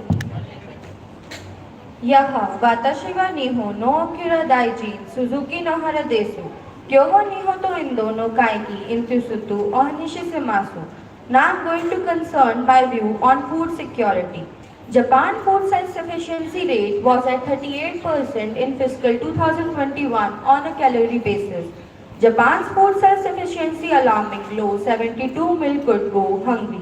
Self-sufficiency rate was comparatively low at 38%. Japan proactively addresses global food security issues, giving priority to cooperation for the promotion of agriculture, forestry, and fisheries. My next concern on the topic FTA, Free Trade Agreement. Japan and India signed FTA, Free Trade Agreement on 16 February 2021. Japan and India Comprehensive Economic Partnership Agreement is Free Trade Agreement. FTA reduces the likelihood of economic frictions becoming political issues and help in expand and harmonize existing trade-related regulations and systems.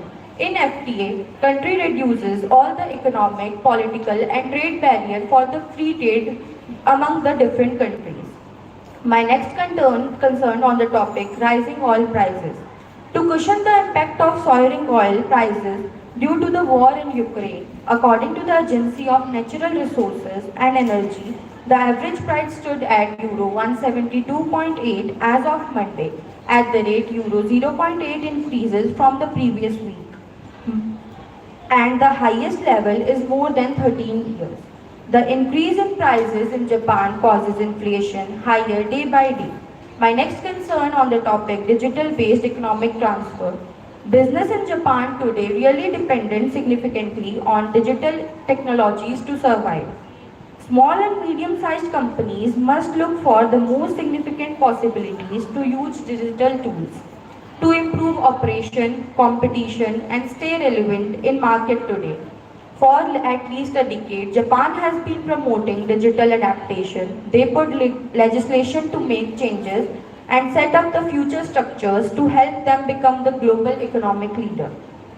Now I'm going to tell you about the relations between India and Japan. Our relations with India are centuries old. Both countries signed a peace treaty and established diplomatic relations on 28 April 1952. Economic relations between India and Japan have been steadily expanded and depended. Also, direct investment from Japan to India have been increased. Japan's export to India are 2.3% of India's total exports. Major exported items in India to Japan include mineral fuels, mineral waxes, oil and products, bituminous substances, mineral waxes, followed by organic chemicals in FY22. Japanese companies such as Yamaha, Sony, Toyota, Honda have manufacturing facilities in India. India and Japan are required to transform their military strategies and build on the common interest in preventing the rise of securing harmony in the Indo-Pacific, US and China, putting hands together for digital empowerment and improving infrastructure. Now at last, I want to thank Mr. Narendra Modi ji for organizing this G20 and all the ministers to listen my speech so peacefully and patiently. Thank you. Next up, we have European Union taking the stage to share their unique perspective.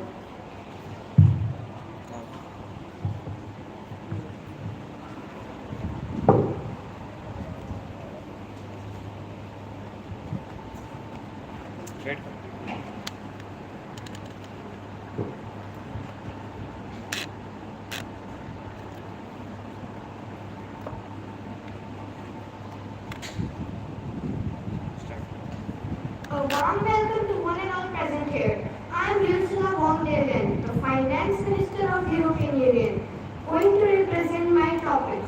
My first concern is undue taxes. The EU does not have a direct role in collecting taxes or setting tax rate. Tax paid by citizens is decided by their national government along with how the collected taxes are spent. The EU does, however, oversee the national tax rules in some areas, particularly in relation to EU business and consumer policy to ensure the free flow of goods, services and capital around the EU in the single market. Businesses in one country does not have an unfair advantage over the competitors in another.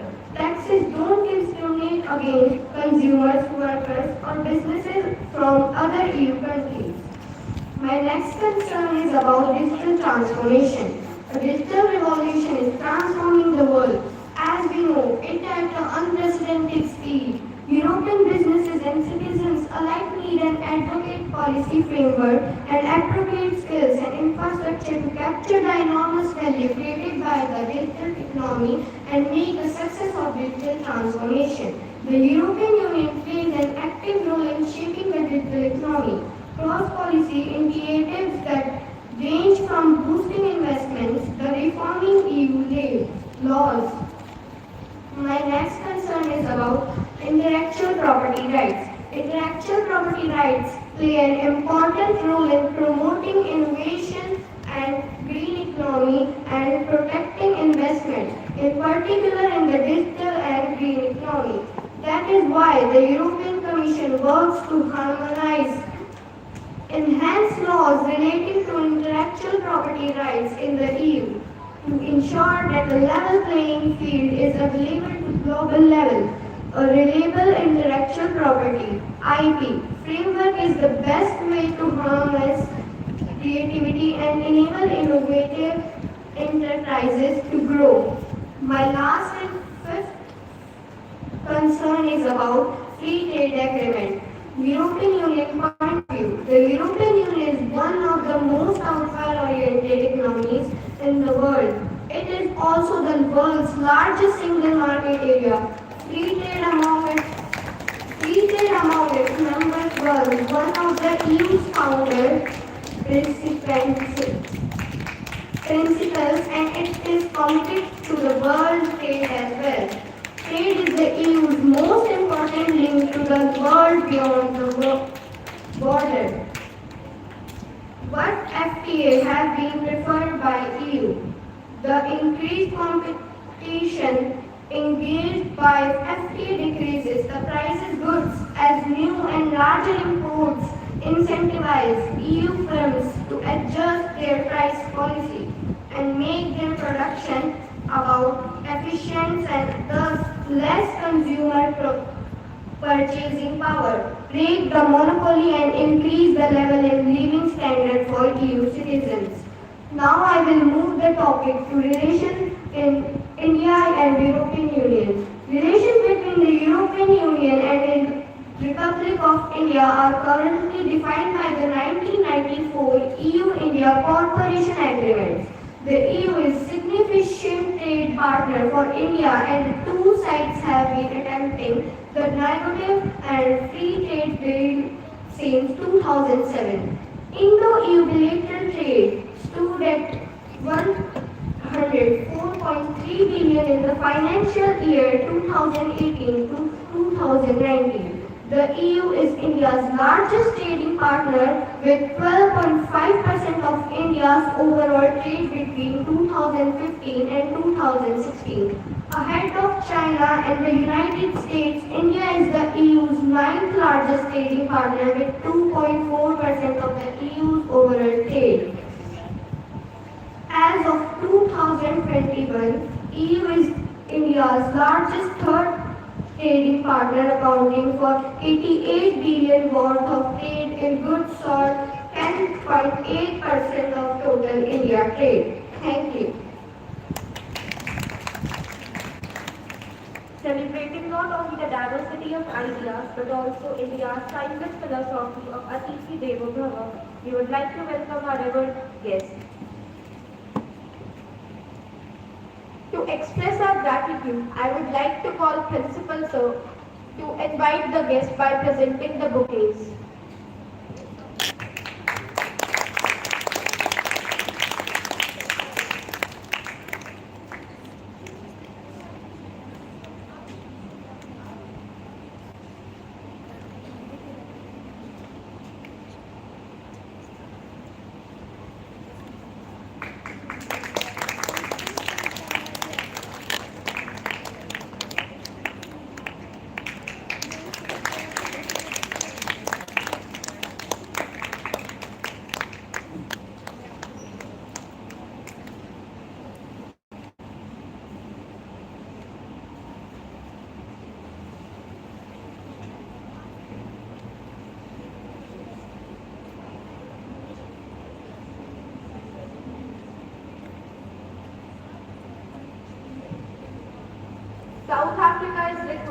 to participate in the convo. Habari za asubuhi. Mimi inaitwa Ganwana, kazaliwa Afrika ya Afrika Kusini. My first concern is anti-tax and the carbon code. Balance revenue generation with the economic growth. Implement tax policies that strike a balance between generating necessary revenue for the government and just supporting the economic growth. To consider the potential impact of the tax burdens on the businesses and the individuals view. Encourage investment in green initiatives. The promotive and integrated investment environmentally friendly and sustainable projects provide tax breaks or other financial incentives for the business that adopts clean technologies, reduce the carbon emissions, contribute to the country green transformation, equate and reform the existing tax structures, regularly review access and the efficiency and the fairness of the current tax structures, identify areas where the undue tax burdens exist, such as a certain industry or a specific income practice, and the work towards create a more equitable and progress tax system. My second concern is intellectual property law in South Africa. This country guide explains the different types of intellectual property rights that are recognized in South Africa, and these rights are created and enforced. South Africa has mixed or hybrid the common law system, drawing from the various other legal laws, including Roman law, Roman Dutch law, English common law, and the Germanic law. The main sources of South Africa domestic law and the constitution, legislation, common law, and the convention domestic law, and the case law. In South Africa, intellectual property rights may be either registered or unregistered. Registered rights are formally applied through the correct government channels. Unregistered rights exist from the creation of the intellectual property rights. My third concern is South Africa, FTA. The TIDCA is designed to build on and potentially capture some of the progress made in the free trade agreement negotiation between the United States and SACU, which were suspended in 2006 largely due to the different views on the scope and the level of acquisition for the free trade agreement. Ideally, the TIDCA will help to put in place the building blocks for the future free trade agreement, which remains a longer-term object for both the United States as SAUC. The 5 SACU countries together are the United States, largest oil trading partner in sub-Saharan Africa, with a two-way trade valued at $18.2 billion in 2008. The SACU countries are key beneficiaries of the AGOA and the GSP, with the US AGOA GCFP import value at the $4.0 billion in the first 11 months of the 2008, and the increase of 68% over the corresponding period in 2007. My third concern is digital-based economic transformation. South Africa has adopted the digital transformation as one of the strategies for promoting the inclusive growth. This case study of South Africa, a developing country that combines the digital transformation agenda to promote the transformation of government, business, society, and among other things. Using the digital theory or a theoretical lens, we explore the implementation or policy reforms and are promoting the digital transformation of South Africa into an inclusive digital society. These society found that the challenges associated with the implementation of the policy reforms aimed at promoting the transition, whereas the poor of coordination, fragmentation, and the poor chosen among the government departments coordinating the except also require digital transmission. My fourth concern is oil rising price. Then increasing in the domestic price of the fuel are the big news in South Africa. The reason for the price increase is movement in the international price of the crude oil. The association with the international price of the crude oil is linked to the Russia-Ukraine war. The expectation is the crude oil price will remain at the equilibrium level for the duration of the war. Crude oil is priced in US dollar per barrel. Recently, the price exceeded US dollar 120 per barrel. The highest ever nominal historical level of the US dollar 147.02 per barrel was reached on 11 July 2008. On that occasion, the price of the crude oil increased owing to the military tension about the Iran. These amounts are some US dollar 200 per dollar in current value, therefore room for further increases in the price of crude oil. Political and economic subsidy to ensure a stable or events accepting the exchange rate is therefore of the utmost importance in the strategy to continue the domestic fuel. Now I would discuss about relation between India and South Africa. India is South Africa's fifth largest export destination and the fourth largest import origin, and is the second largest trading partner in Asia. Both countries are working to boost the trade volumes in the coming years.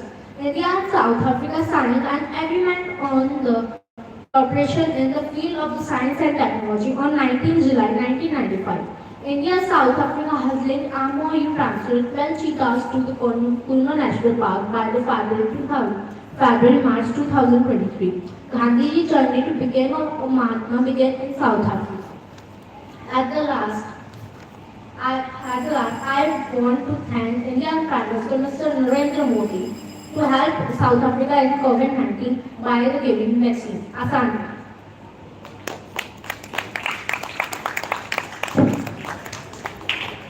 Now, Bangladesh is requested to present their policy initiatives and strategic plans. सुबह सुबह शुक्लाए आमी अब ये नाम मुस्ताफ कामल बांग्लादेश अतिथि सभापति. My first concern on FTA free trade agreement starting from 1976, Bangladesh has signed 4 religious trading agreements, 1 trading agreement, 1 global trade agreement, and 2 free trade agreements. Other 2 FTA SAFTA and business on the SAFTA has come into force 23 December 2022. A joint feasibility study on the Comprehensive Economic Partnership Agreement confirmed the FTA would enhance trade. My second topic, rising oil price. Compared with the baseline scenario, reduced oil demand scenario reduced GDP of Bangladesh by an average of 5.99%, while business as usual scenario reduced it by 7.69%. The supply shock scenario reduced GDP by nearby 7.52%, and in case of peak oil demand scenario, GDP lost it about 8.97%. Oil price decline can also the growth of economic through the effect of supply and demand for goods other than oil. Increase in the oil price can decrease the supply of goods because they enhance the cost of producing them. Now I want to tell about India and Bangladesh relation. India is Bangladesh's biggest trading partner in the subcontinent, and India is the second biggest export partner, accounting for 12% of the total export to Bangladesh. The total trade turnover in 2021 and 22 touched $18.2 billion. India and Bangladesh on Thursday agreed to start negotiation for a free trade agreement at an early date. The decision was taken in a meeting between Commerce and Industry Minister Piyush Goyal, and at last I want to thank Mr. Narendra Modi for organizing such a G-20 statement. Thank you. UAE UAE, that is United Arab Emirates, can demonstrate its philosophy in the respective argumentation. Sabah ismi Washington. Moktam bin Mohammed bin Rashid Al Moktam Yumaturi, UAE Maliyaba, Minana Hiyati Loki Sovieti. Now, I am going to let you know about the trade relationship between UAE and India. India and UAE have been trading partners for several decades. However, a significant shift to economic relations between the two nations happened in post-1990s. The exported several minerals, gems, jewelries, machineries, equipments, and chemicals to UAE and the third largest crude petroleum importer. The UAE is among the world's 10 largest oil producers. About 96% of the country's roughly 100 billion barrels proven oil reserves are located in Abu Dhabi, ranking number 6 worldwide. The UAE produces an average of 3.2 million barrels of petroleum per day. Hydrocarbons continue to play a critical role in the UAE economy, with the 30% of the UAE's GDP based on oil and gas industries and 30% of its exports. The UAE country is heavily rely on the profit of oil and gas exports, which is the great majority of UAE government revenue. The UAE has made the energy transition a priority. The UAE is the first Arab state to set a net zero emission target. The UAE is constantly pushing its limits to maritime sector to foster an environment developed to growth and inspection, attracting massive foreign investments. From global leading maritime organizations, we will be able to add significantly AED 90 billion, $24.51 billion to the sector that has been contributed to the national economy and hence the introduced country's success. Under Secretary of Infrastructure and Transport Affairs at the Ministry and Energy and Infrastructure, UAE significant progress in expanding and modernizing its ports, increasing cargo volumes and strengthening its position as a global trade hub and sea trade maritime logistics Middle East, the region's leading shipping and maritime supply chain event. We have been able to handle over 25,000 cargoes and more than 19 million TEUs annually, cementing our position as preferred destination for international trade. Agriculture. Agriculture plays an important role in economic growth of country. It is the landmark achievement as it helped UAE to counter the harsh weather, scarcity of rainfall and turn the desert into fertile soil, produces thousands of tons of fruits, vegetables, flowers and export them around the world. According to the Ministry, agriculture and fisheries only agriculture production stand more than 2 billion dirham per year. At present, UAE exports vegetables and fruits produces in Japan, Indonesia, Malaysia and many other countries. The UAE farms also produces flowers and roses exports in AGCC countries, UK, Australia, Lebanon and Japan. Habibi Bismillah, Shukran Lake Mr. Narendra Modi for giving me an opportunity to platform where we can share our concerns and future prospects.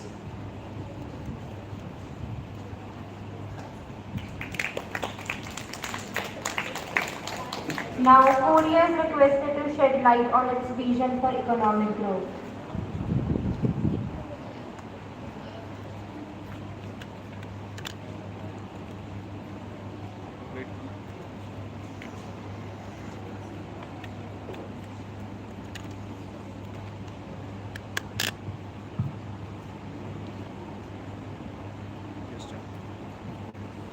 안녕하세요. 저는 수경호입니다. 저는 대한민국의 세운상만입니다. 오늘 함께가 없는 모두를 소개합니다. So now I want to share my concern on some topics. Rising oil prices. As of April, South Korea's gasoline prices increased by 31% from the last year. Foremost, Russia's invasion of Ukraine negatively affected the global supply of energy. Russian oil production shrank by 10%, with Seoul following the lead of European partners in the United States. South Korea has also cut its Russian oil imports by 84% from the last year. These developments restrict the availability of oil, causing rise in oil price in South Korea. FTA. The Republic of Korea is a member of World Trade Organization and has signed subsidiary agreements including trade-related aspects of intellectual property. Korea has been the member of the Organization for Economic Cooperation and Development. Digital-based economic transformation. The Korean Digital Development Initiative was launched in July 2021 by the World Bank's Development Global Practice and the World Bank Group Korea Office. It builds on the World Development Report 2021, Data for Better Lives and the Korean New Deal. Intellectual property rights. The Republic of Korea has been the member of World Trade Organization since 1996. As a result, there should be a few major differences between the South Korean laws and those of the developed countries. According to a report of WIPO, the Korean Intellectual Property Office is the world's third largest recipient in terms of patent application in 2004. Agriculture subsidy. While subsidies have come down in recent decades, alongside liberalization, international bodies such as WTO and OECD have called for more to be done. Farm subsidies should be cut and eventually eliminated. If we want to pursue economic prosperity, we need to allow market forces to work. Now I want to highlight some key points of Korea-India's economic relation. Korea and India have a strong economic partnership that is rapidly expanding. According to a data from MOTIE, bilateral trade between the first half of 2022 reached $14.25 billion. It was the largest trade volume between the two countries on half-yearly basis. K-series and K-pop are also very famous in India. Now, I want to thank the Prime Minister of India, Mr. Narendra Modi, for helping us over the looming of North Korean nuclear threat. Kamsahamnida.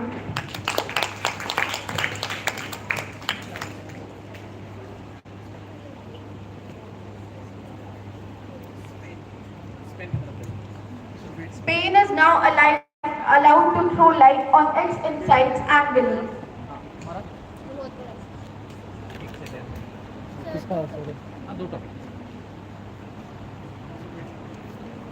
अभी रुको series बैठने बैठे सही बच्चे side वाले बच्चे बिल्कुल थोड़ा सा पीछे शैडो आती है आप आराम से बैठो और पीछे ले लीजिए उस तरफ ले जाइए तो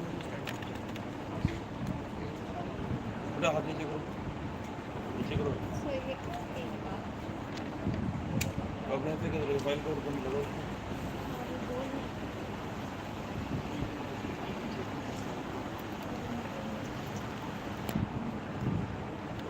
Beyond Yayo, Somalia Montero is to represent the AMI Pais como Ministro de Finances. Spain, a country on Europe's Iberian Peninsula, includes 17 autonomous regions with diverse geography, rising oil price. According to the Financial Times, the lack of rainfall has continued in 2023, which bodes poorly for this year's harvest.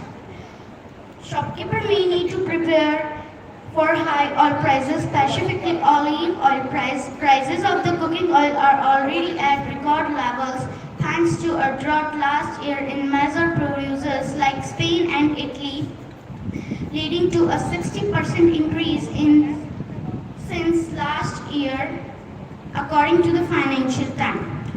Last month was Spain's second best April this century, and this month is said to be the country's best April ever. FTA free trade agreement. The EU has free trade agreement with other economic association, example the European Free Trade Association of EFTA and countries. Spain has been a WTO member since 29 August 1963.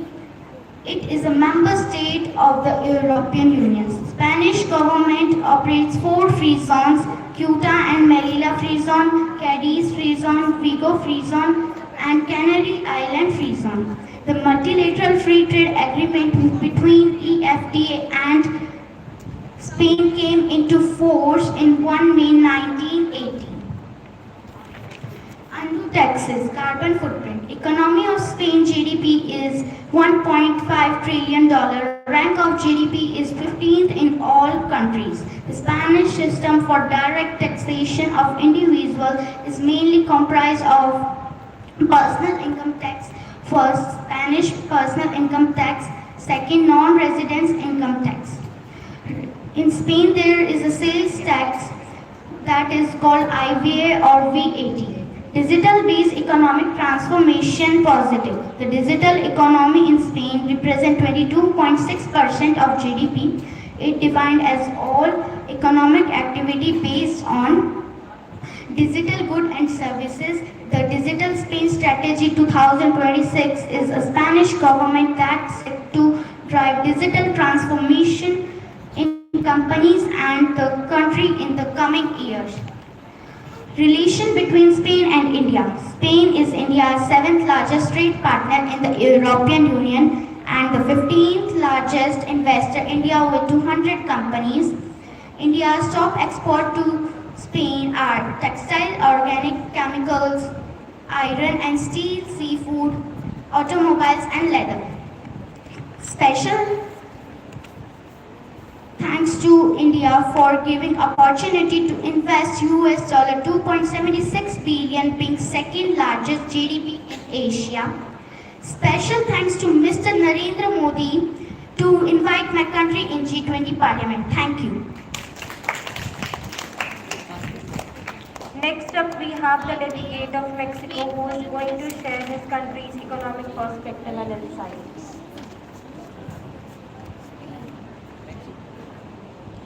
I'm Wait. Okay. I'm Carioda, rifrescante, bunio auspicia, adoranza e qui si presentis. Mi nota es Regilio Ramazé de Leo, Ministro de Finance de Mexico. On the behalf of Mexico, I would like to highlight free trade agreement. Our country has 13 free trade agreements with 50 countries, including USMCA and FTAs with the European Union Free Trade Area, Japan and Israel, 10 countries in Latin America and 11 countries progressive and comprehensive agreement for Trans-Pacific Partnership. Our country and European Union successfully ended negotiation and an updated trade agreement on 28th April 2020, pending approved by both sides. My next topic is Mexico and Indian relation. India is the 10th largest trading partner of Mexico and trade balance between has remained in favor of India for 8 years. Mexico is currently India's largest trading partner in Latin America. Both nations have signed numerous bilateral agreements, such as agreement on cultural cooperation, agreement on scientific and technical cooperation. Now I would like to thank India for providing COVID-19 vaccine to Mexico.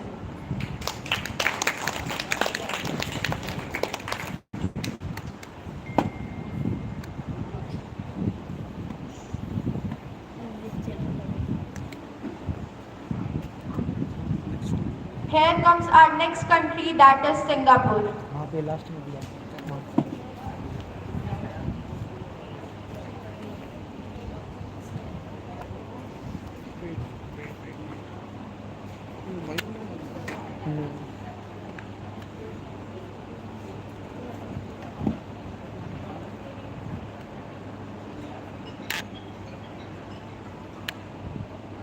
Good morning, बोलने दो sir को एक minute को Good morning, ladies and gentlemen. Today, I am Lawrence Wong, the Finance Minister of Singapore. Today, I am here to discuss some financial topics on the behalf of Singapore. My first concern is about intellectual property right. In addition to encouraging the development and registration of IP in Singapore, the government also rigorously defends IP. IP rights are terrestrial, which means that if IP is registered in Singapore, then those rights generally will be defended there. The Singapore government understands that the ability to resolve disputes fairly and efficiently will attract more IP development and registration, which will further fuel the economy. Therefore, the legal system of courts, alternative dispute resolution, and the laws made by the parliament and the judges are designed with IP right protection in mind. My next concern is about rising oil price. The phenomena of rising pump prices, even as oil prices remains relatively stable, is not particular to Singapore. According to Barron's, pump prices in the United States have been rising in the recent weeks. The financial news provider cited lower refining capacity as well as higher refining margins as the main reason for this. With the latest adjustment, the cheapest fuel here are still to be had at Sinopec, which is retailing the popular 95-octane petrol at $2.12 a liter after discounts using OCBC bank accounts, while the highest price of $2.37 is quoted by Esso and Shell using various cards. My next concern is about free trade agreement. Singapore has many regional and bilateral FTAs, including with Australia, China, Costa Rica, India, Japan, Jordan, New Zealand, Republic of Korea, Panama, Peru, Sri Lanka, European Union, United Kingdom, and Turkey. Singapore is a participant in the Regional Comprehensive Economic Partnership Regional Trade Negotiation, which include the 10 Association of Southeast Asian Nations, Asian countries plus Australia, China, Japan, New Zealand, Republic of Korea, and India. Now I want to tell you about Indo-Singaporean relations. Indo-Singaporean relations are the bilateral relations between India and Singapore. India and Singapore have signed the Comprehensive Economic Cooperation Agreement CECA and Strategic Relationship Agreement in order to increase trade, investment and economic cooperation and expand bilateral cooperation on maritime security, training forces, joint naval exercise, developing military technology and fighting terrorism. At last, I want to say that I am very grateful to India as India convict laborers contributed much towards Singapore's early development by constructing public works and buildings. I am also very thankful to Mr. Narendra Modi as I invite him to Singapore. Thank you for your kind attention. Spain is requested once again to share its standpoint.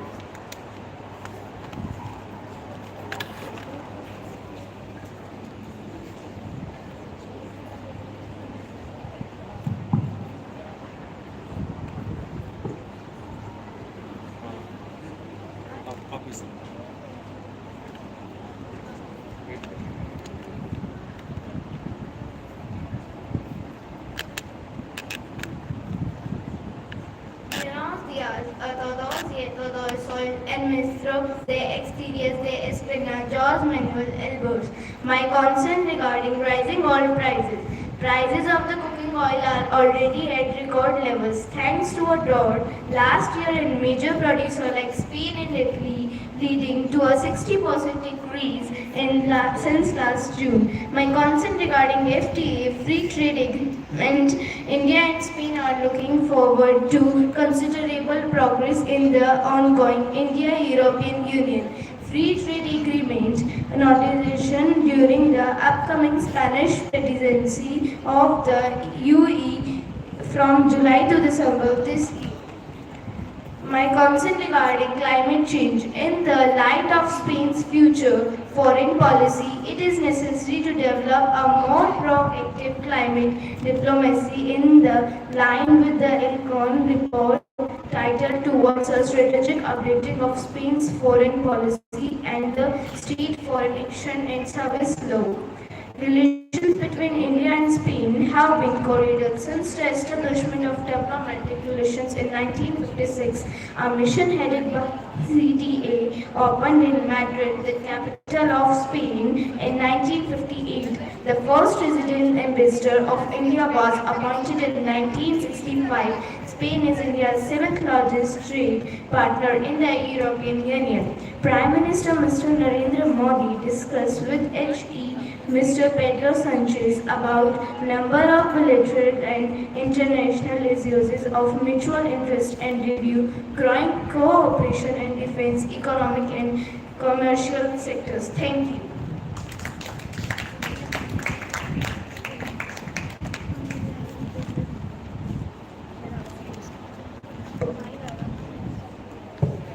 Now Sri Lanka is humbly invited in the discussion. Subham Gunaseka Vivaha Ayogavan. I am the Finance Minister of Sri Lanka, Mr. Basil Rajapaksa. Today I tell you about some financial topics in Sri Lanka. My first concern is rising oil price in Sri Lanka. Oil prices were boosted in the wake of escalating conflict between Israel and Palestine. Which oil is conscious about supplies from the Middle East with lower price at Lanka IOC. Everyone was going there and we had to correct our one loss making. The Energy Minister G-20 said, Sri Lanka state-run oil and gases entity Ceylon Petroleum has raised by the price of petrol by 77 rupees LKR, Sri Lankan rupees, and the diesel price was 55 rupees after Lanka IOC. Now my second concern is undue taxes, which is expected to boost the government revenues by 65 Sri Lankan rupees, $180.56 billion. Include income tax or corporate income tax to 30% from 24% in October. Will earn an additional 52 billion rupees for the exchequer. Sri Lankan inflames lose to 39.1% in May. Its statistics is often said on Tuesday recorded level compared to the previous high level of 29.8 set in April.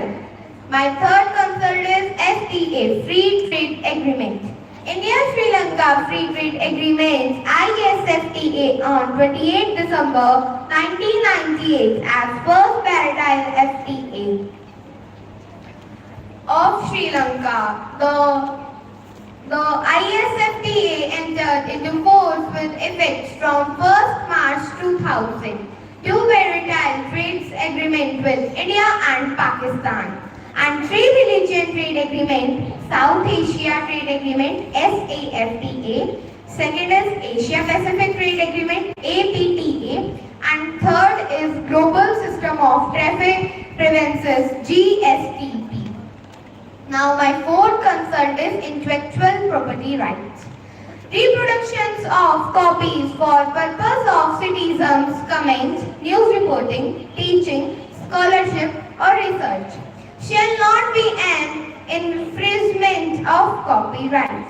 Encompasses protection for copyright, patent and trademark. Why copyright in Sri Lanka? I said why copyright in Sri Lanka? Copyright in Sri Lanka is generally protected during the life of author and 70 years after his death. Now I tell you about some China debate trap policy. Less than 3 years ago, Sri Lanka signed away the Indian Ocean region's most strategically located port and more than 6,000 nuclears and land around it on 999 years lease to China. Sri Lanka and Pakistan have come under the guise of China. Sri Lanka gave the Hambantota port to the China. Now the relations between India and Sri Lanka. Relation between Sri Lanka and Indo.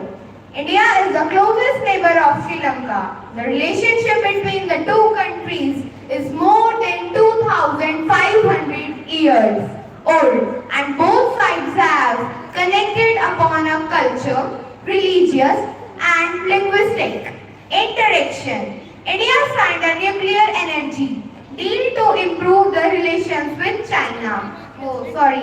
Sri Lanka. India made a nuclear energy pact with Sri Lanka in 2015 to make a good relation to India. Now I thank to host India and the Prime Minister of India, Mr. Narendra Modi and Nirmala Sitaraman and host India to give opportunity to Sri Lanka and to invited in G-20 Parliament. Bhoma Stuti.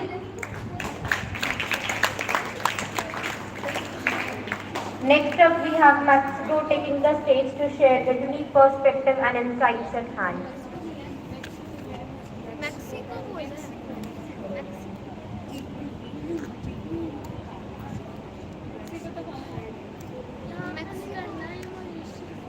कहाँ पे है Mexico?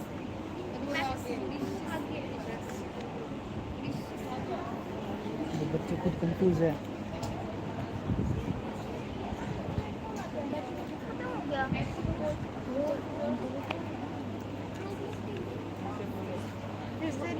Sir ने इसको नहीं बोला वापस ये change करा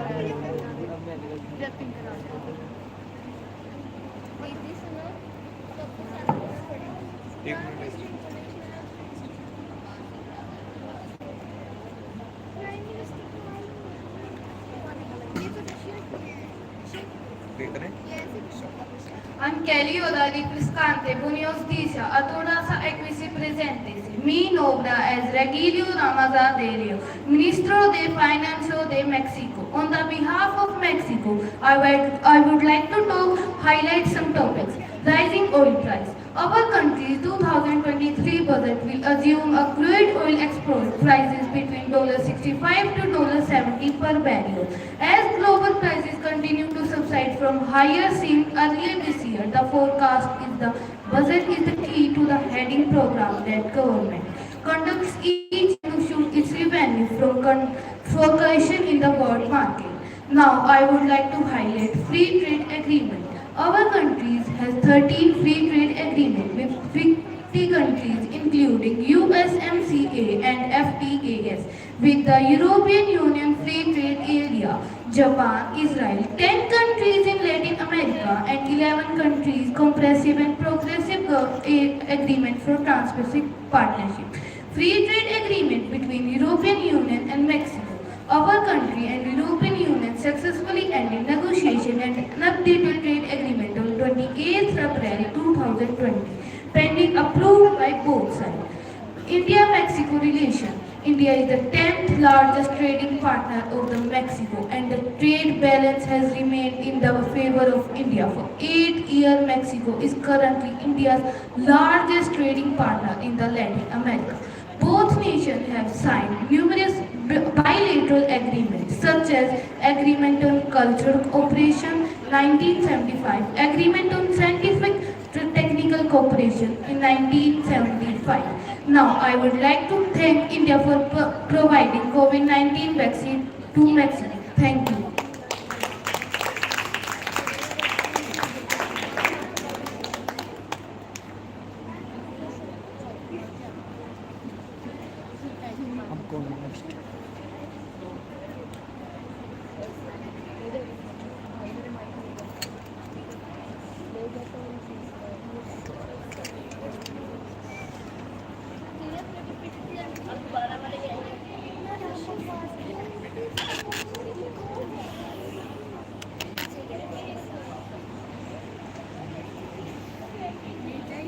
यूट्यूब पे भी होना चाहिए स्टॉक का ना, यूट्यूब पे होना चाहिए स्टॉक का।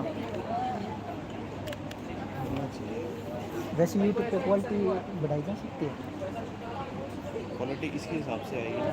हाँ, इस पे हो जाएगी ऐसे। कैसे होता है इसके अंदर?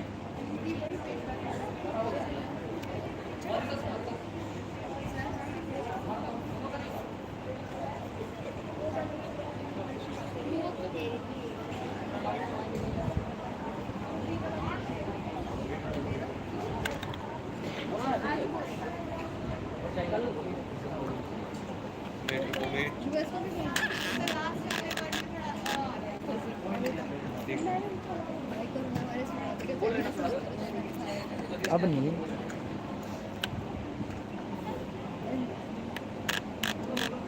Bonjour, Totle, Bondi, President, Ministry de Mauritius. I represent the country Mauritius. My concern regarding agriculture. The country has made efforts to integrate new agriculture technologies to improve the sector efficiency and increase productivity. The government has adopted a number of multi-year policies such as pledge to double farmer incomes and becomes self-sufficient in pulses over short time. Now, my second concern regarding food security. The government has targeted selected crops for which production can be increased.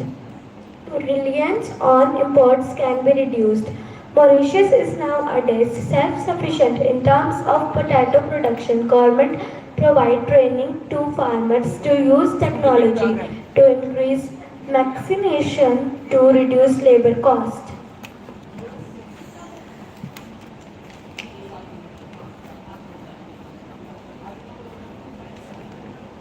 Now my third concern regarding terrorism is average 0.15 points from 2022 until 2021, reaching an all-time high of 1.24 points in 2016 and record low of 0.00 points in 2003.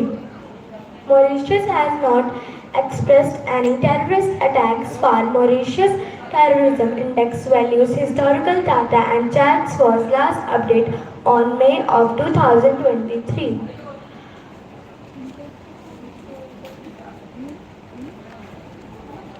My fourth concern regarding environmental goal. The Environment Protection Act 2002 as amended provides for the protection and management of the environment's assets of Mauritius so that their capacity to sustain the society. Developments remain unimpaired and to foster harmony between quality of life, environmental protection and sustainable development.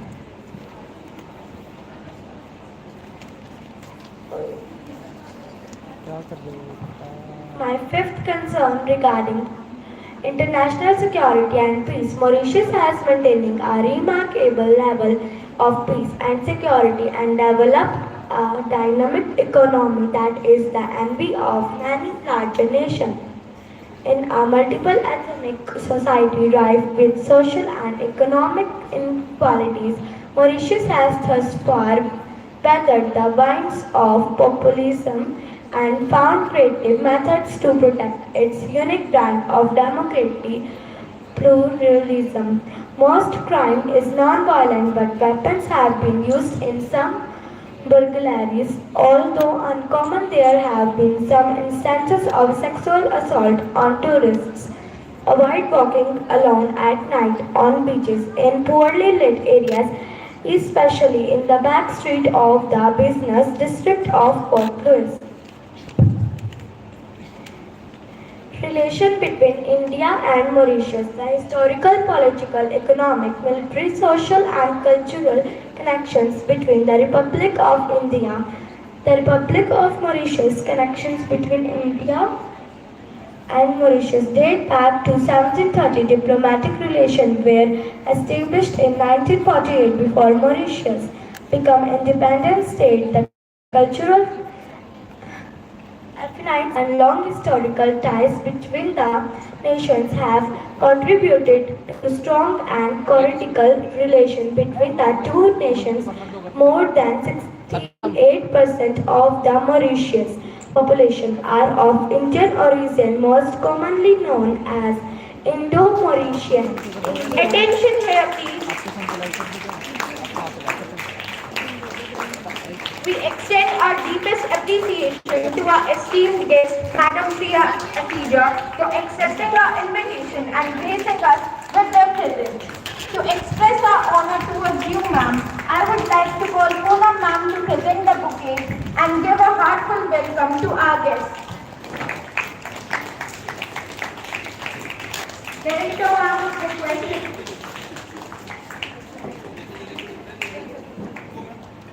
Director ma'am is requested to present the bouquets. Ma'am, please do the honors.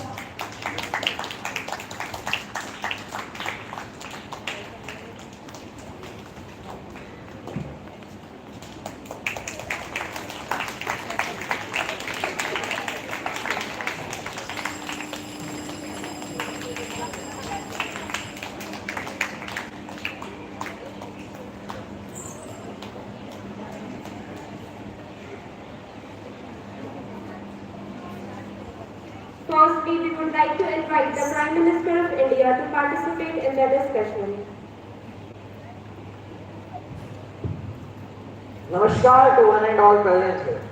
I, Narendra Modi, Prime Minister of India, would like to welcome all the delegates who have come from distant lands to the largest population, emerged as third world's representative, the mother of democracy, a country in global south having 10,000 glimmerous years of past, a country commonly known as Bharat, that is India. Excellencies, India has selected the theme of One Earth, One Family, One Future for its G-20 presidency. It signals for the need of unity of purpose and unity of action. I hope that today's meeting will reflect the spirit of coming together for achieving common and concrete objectives. Excellencies, the architecture of global governance created after Second World War was to serve two functions. First, to prevent future wars, and second, to foster international cooperation. But the experience of last few years, financial crisis, climate change, pandemic, terrorism, wars, clearly shows that global governance has failed in both its mandates. We must also admit that the tragic consequences of this failure are being faced most of all by the developing countries. After years of progress, we are at a risk today of moving back on sustainable development goals. This is why India's G-20 presidency has tried to give a voice to the global south. No group can claim global leadership without listening to those who are most affected by its decisions. Excellencies, we are meeting at a time of deep global divisions, when geopolitical tensions are taking speeds. We all have our positions and our perspectives on how these tensions are to be resolved. However, as the leading economies of the world, we also have a responsibility towards those who are not in this room. The world looks upon G-20 to ease the challenges of growth, development, economic resilience, disaster resilience, financial stability, transnational crime, corruption, terrorism, food and energy security. In all these areas, G-20 has capacity to deliver concrete results. We should not allow issues to come in the way that we cannot resolve together.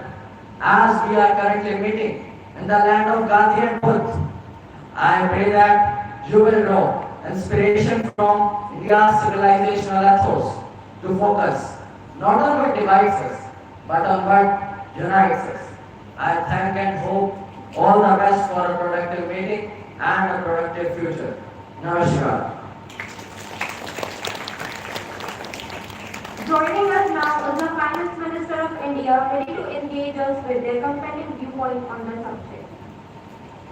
नमस्कार, मैं निर्मला सीतारमन, भारत की वित्त मंत्री, आप सभी का ध्यान भारत से संबंधित अलग-अलग विषय पर केंद्रित करना चाहूंगी। The foremost issue is subsidies in our agriculture sector. Primary sector play a very significant role in our Indian economy as it is the backbone and traditional occupation of our country. You all will be amazed to know that about 55% of our country's population is engaged in this sector. As per advanced estimates of financial year 2023 of Kharif crop, total food grain production is estimated at 149.92 million tons. The Indian government is planning to launch Kisan drones for better crop assessment, digitization of land reports, and spraying of insecticides and nutrients. Government of India has also continued the umbrella PMKSY scheme with an allocation of rupees 4,600 crore till March 2026. Now, the matter of concern is subsidies. Agriculture subsidy in India primarily consists of equipment, fertilizer, irrigation facilities, etc. It also prevents the farmer from the situation of backlog. Now the question here is, should subsidy be provided to farmers? In my opinion, subsidy should be provided to farmers as it helps to encourage and enhance economic activity. Also, it helps the government to make goods and services available to consumers at low prices, and thereby improving the state of an economy. So there is no harm in providing subsidies to farmers. Now, my next topic is international peace and security. As per Article 51 of our Indian Constitution, which describes about international peace and security, India peacekeepers have taken part in 49 out of 72 missions resided over 253,000 all over the world. Also, India is a member of Organization Committee of Peace Building Commission of PBC. Now, at last, I want to extend my gratitude and appreciation towards all the majesties present here, and I hope we will find solution to our problem with cooperation. Thank you.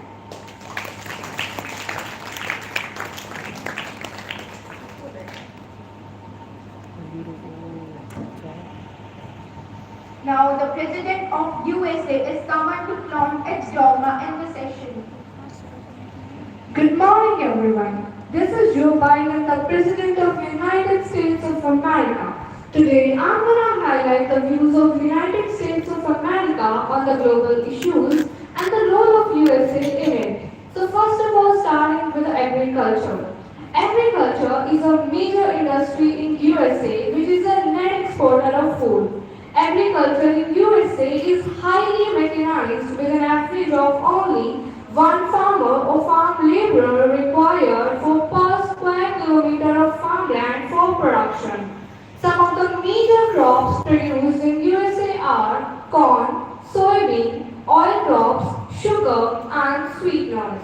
There are many challenges which are faced by the US agriculture, and some of them are, as per American Federative Bureau, US agriculture needs 1.5 to 2 million hired workers. As the food demand is increasing, farmers are expected to increase their food production by 70% in order to meet the needs of the people as compared to 2007. Now, I want to highlight my views on maritime security in the United States of America. The US Maritime Security Strategy promotes international peace and security as well as respect for international rules and principles while ensuring the sustainability of the oceans and the protection of biodiversity. The major objective of the US maritime security is to protect our natural resources and marine environment, to uphold the international law, particularly the United Nations Convention on Law of the Sea, and to react promptly and effectively to the growing global threat. The 2005 National Strategy for Maritime Security is the chief guiding document American Maritime Security Policy along with its supporting plans. Moving on to the concept of intellectual property rights in the United States of America. USA has been a member of World Trade Organization since 1995. The USA is signatory to various IP agreements and some of them are. Number one is Paris Convention. Under this, any person from any signatory state can apply for patent or trademark in any signatory state and will be given the same enforcement rights and status as a national of that country would be. Next is Bond Convention. Under this, each member state recognizes the copyright of authors from other member states in the same way as the copyright of its own nationals. Other IP agreements include the Madrid Protocol and the Patent Cooperation Treaty. In the United States, creative work is automatically protected by copyright as long as it is both original and it is a tangible form. Now, I want to seek your attention to the most destructive global issue of terrorism in the United States of America. Terrorist groups such as ISIS, Al-Qaeda and Hezbollah continue to plot attacks against the United States and its allies and partners. The Department of State works to build global consensus to degrade and defeat these adversaries. Through a combination of diplomatic engagement and foreign assistance, Department works with foreign government partners to build the capabilities necessary to prevent, degrade, detect and and respond to their terrorist attacks. The State Department also works closely with the Department of Defense, Homeland Security, Justice, Treasury, and the intelligence community to lead an integrated wall of government approach to international counter-terrorism. Now, to cherish the fraternity and the friendship of United States of America with the Republic of India, I want to highlight the bilateral relations between the two countries. India-US bilateral relations have developed into global strategic partnership based on shared democratic values and increasing convergence of interest on bilateral, regional, and global issues. Grassroots level interactions between people of two nations have further provided strength and vitality to this that Germany, Japan, and India should be the permanent member of Security Council. At last, I just want to say that fingers are crossed. Let's hope for the best. I am sure that we will all be able to seek solutions to all these global issues with the help of the global world. Thank you. The student representing Saudi Arabia is invited to share their perspective, adding valuable diversity to our discourse.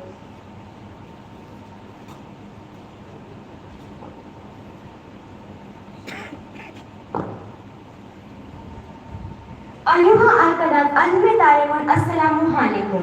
إنا بشرف إزام الأكيد أمامك اليوم كراميس الليمكيات الرابيات الصوتياتي. My first concern is terrorism. It goes without saying that terrorism is one of the most important and significant challenges facing the world at present. Counter-terrorism is no longer a matter to be kept within the borders of a given state, and it has become the objective of the whole community. Our country has experienced numerous terrorist attacks targeting both civilian and government institutions. These attacks have resulted in loss of life, injuries, and damage to infrastructure. Maintaining security and countering terrorism has been a top priority for the Saudi government. In order to face up the challenge, the international community must put in place comprehensive and complementary strategies with necessary support and implement measures like enhancing security operations and intelligence sharing. Our kingdom has provided financial support for the establishment of the center in amount of $10 million over 3 years, and we assist to change the methods to tackle the causes of terrorism. By doing so, it can support the development of national and regional counter-terrorism strategies. I would like to talk about environmental goals next. Saudi Arabia has increasingly recognized the importance of environmental goals and sustainability in recent years. The kingdom has shown commitment to addressing environmental challenges and transitioning towards a more sustainable future. The government aims to reduce water consumption through better management practices, including the use of treated wastewater as irrigation and the implementation of water conservation programs due to less access to water resources. In terms of renewable energy, Saudi Arabia has set ambitious goals to diversify its energy mix and reduce its reliance on fossil fuels. The Saudi Vision 2030 aims to increase the share of renewable energy. We believe that every country should take significant steps to achieve its environmental goals and ensure effective implementation of policies that are crucial for the long-term sustainability and environmental protection of the earth. My next concern would be international peace and security. We have traditionally emphasized the importance of international peace and security and the significance of maintaining stability in the region and beyond, given its strategic location as a role as a major oil exporter. In the issues regarding peace and security can arise from various resources, such as conflicts between states, regional tension, terrorism, and proliferation of weapons of mass destruction, etc. These issues highlight the complexity and interconnectedness of challenges to international peace and security. Addressing them requires collective efforts, diplomacy, conflict resolution, respect for human rights, and adherence to international law. Now I would like to talk about India and Saudi Arabia relations. India and Saudi Arabia have maintained friendly relations and cooperative relations based on shared interests on various areas like trade, security, and cultural exchanges. India and Saudi Arabia established diplomatic relations in 1947, soon after independence. The countries have maintained high-level debates with exchange of state visits by leaders of both countries. Saudi Arabia is also home to a very large Indian expatriate community numbering over 2 million. The Indian workers in Arabia contribute to the kingdom's development and also play a vital role for the remittance of funds to India. Lastly, I want to thank Mr. Narendra Modi on behalf of India for improving the Hajj management and agreements between us in the areas of defense, security and many more. We hope that the relations between India and Saudi Arabia will continue to grow in many areas of cooperation. Thank you so much. The forthcoming nation reciprocating in deliberation is China. 你好，我上在座的所有人，我在谈青年，即是清晰对我好。你好，我上在座的所有人，我在谈青年，即是清晰对我好。我是中国民国总统习近平，我可荣幸来到这里，有机会代表我的国家。Now, first of all, let me address my views on agriculture. China primarily produces rice, wheat, potatoes, tomatoes, cotton, corn and barley. Although China's agricultural output is the largest in the world, only 10% of its total land area can be cultivated. China's arable land, which represents 10% of the total arable land in the world, feeds over 20% of the world's population. Of this 1.4 million square kilometers of arable land, just 1.24% permanently supports crops, and only 525,800 square kilometers of this land area is irrigated. This arable land is divided into approximately 200 million households with an average land allocation of just 0.65 hectares. Now, let's talk about food security in China. China ranked 34th out of 113 countries in 2021 Global Food Security Index, which measures food affordability, availability, security, safety, natural resources and resilience. There have been mounting concerns regarding China's food security situation among growing threats from climatic shocks as well as from worsening ties with the United States and other Western countries which are among the top agricultural suppliers to China. In response, China's foremost leaders have constantly stressed the strategic importance of safeguarding the country's food security and have thus spent 185 billion in the world. This amount is 4 times the amount spent by US and even more than the US, EU and Japan combined. Now, my third concern is global health and China's engagement. Historically, China's engagement in global health has been really restricted. Its health aid mainly consists of sending medical teams overseas, building health facilities, donating drugs and equipment, and providing some support for malaria-controlled diseases. These activities have mostly taken place on a bilateral basis. From early to mid-2000s, China has increased its engagement with multilateral and global bodies and have increased its support for training and also for support for training for foreign health professionals in China. China is one of the largest medical product manufacturer in the world, including various kinds of vaccines, drugs, diagnostics, and other medical products which have proven to be essential in the progress of global health. Now, let's talk about a very concerned topic, which is secret police by China. The term Overseas Service Station refers to the various extra-legal offices established by the Ministry of Public Security of China in foreign countries without the permission of the host country. Chinese government use these offices to intimidate Chinese dissidents, criminal suspects abroad, and individuals who had fled from religious or ethnic persecution have been targeted by these police stations. Now, some countries might see this in a bad way. want to state that these offices are just formed to assist these nationals in foreign countries with bureaucratic assistance and to prevent transitional crimes like online fraud. As the US prosecutors recently arrested two men in New York for operating a Chinese secret police station, we firmly oppose this suspicion and want to state that this is nothing more than US slanders and spears. Now, let's discuss some of the most significant topics, one of which is Panchsheel Agreement. At the time of India's independence, the relationship between India and China wasn't as bitter as it has been since 1962. The Panchsheel, also known as the Five Principles of Peaceful Coexistence, was first formally signed on April 28, 1954 between India and the Tibet region of China.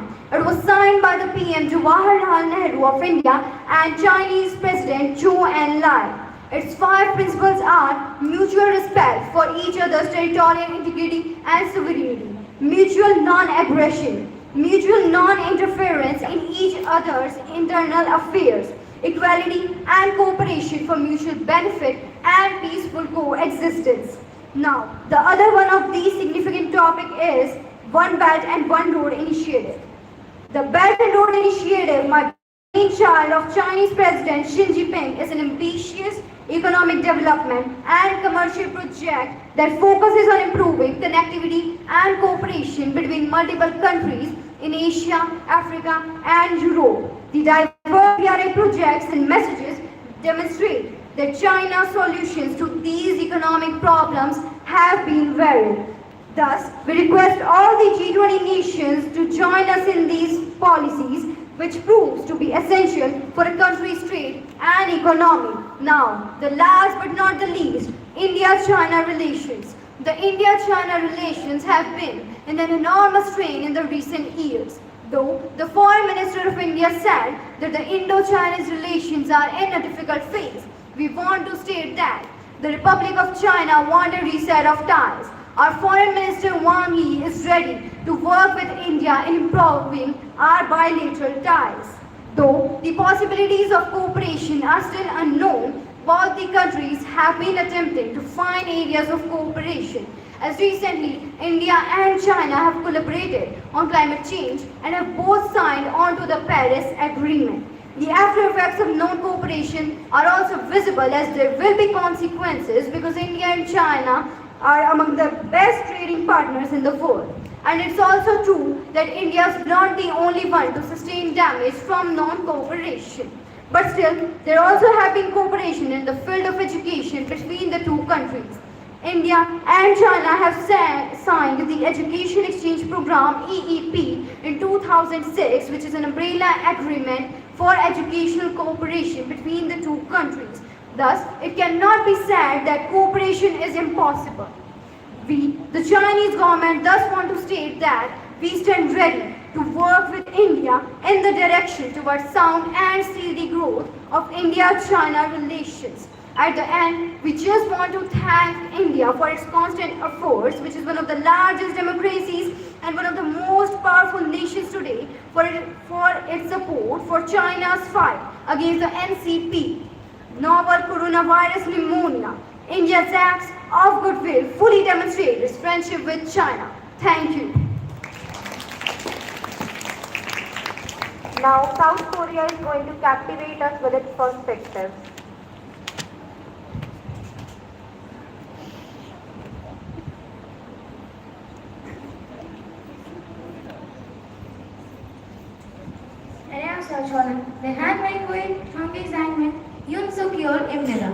I will be talking about terrorism in South Korea. South Korea has been considered a relatively safe country with a low incidence of terrorism. However, it has faced 48 threats of terrorism in the past, albeit on a small scale compared to some other countries. One of the most notable acts of terrorism that occurred in South Korea in 1987 was the bombing of a Korean air flight by North Korean agents, which resulted in the loss of 115 lives.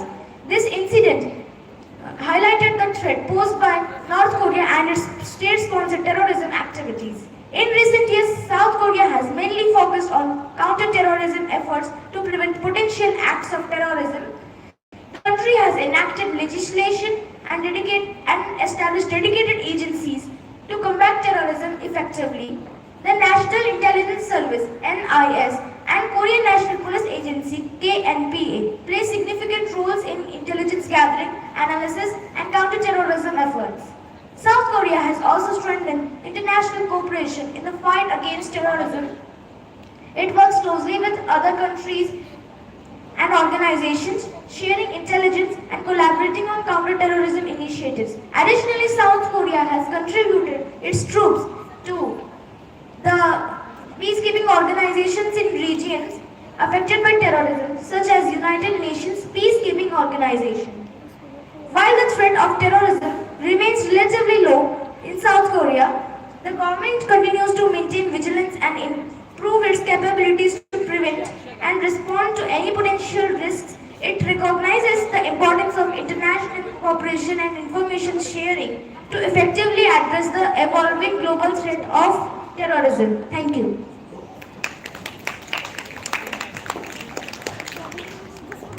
Now Bangladesh is allowed to present its theory in the back and forth.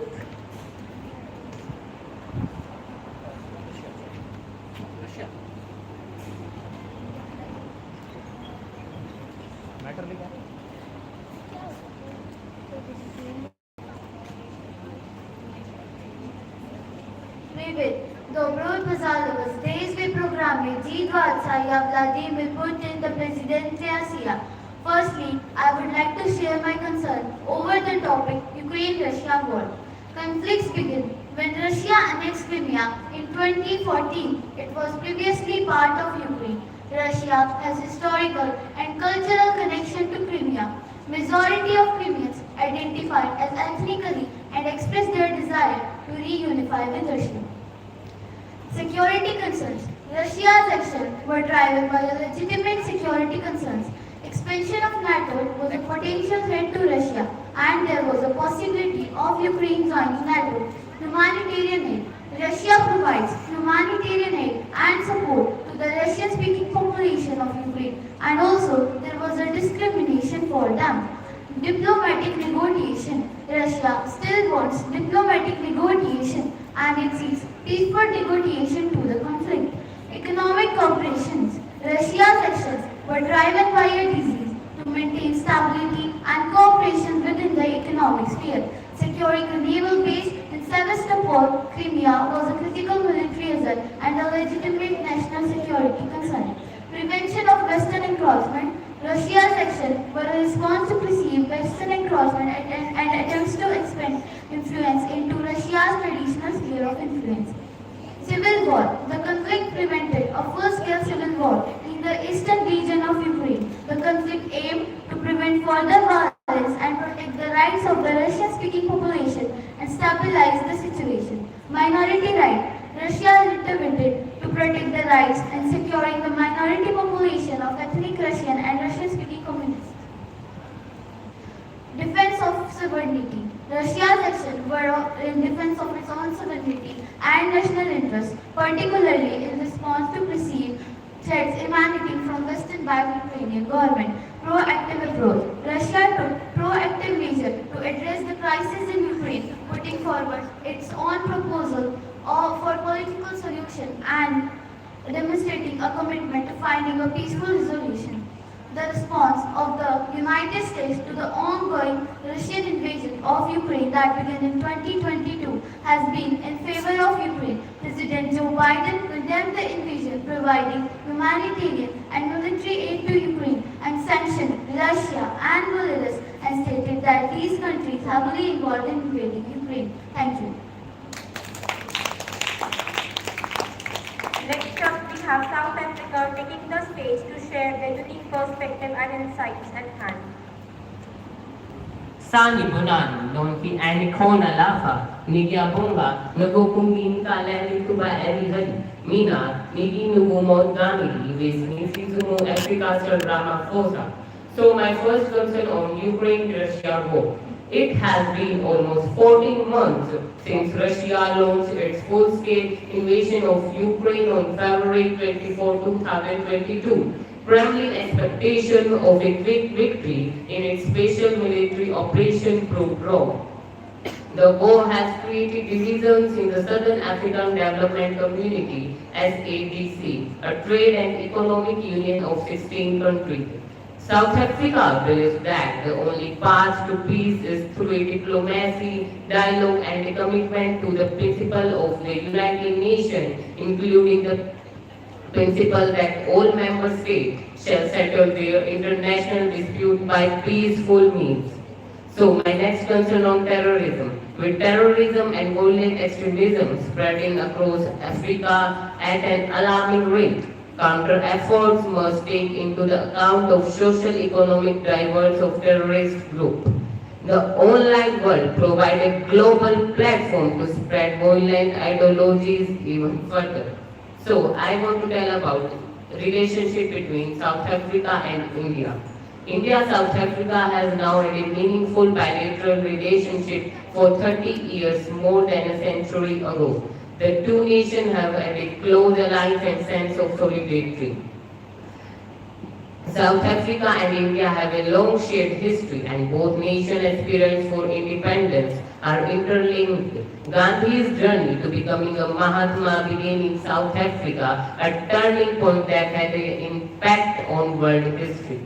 India-South Africa has inked the MOU to transfer 12 cheetahs to the Puno National Park by February-March 2023. At the end, I want to thank Indian Prime Minister Mr. Narendra Modi to help South Africa in COVID-19 time by giving vaccines. Thank you.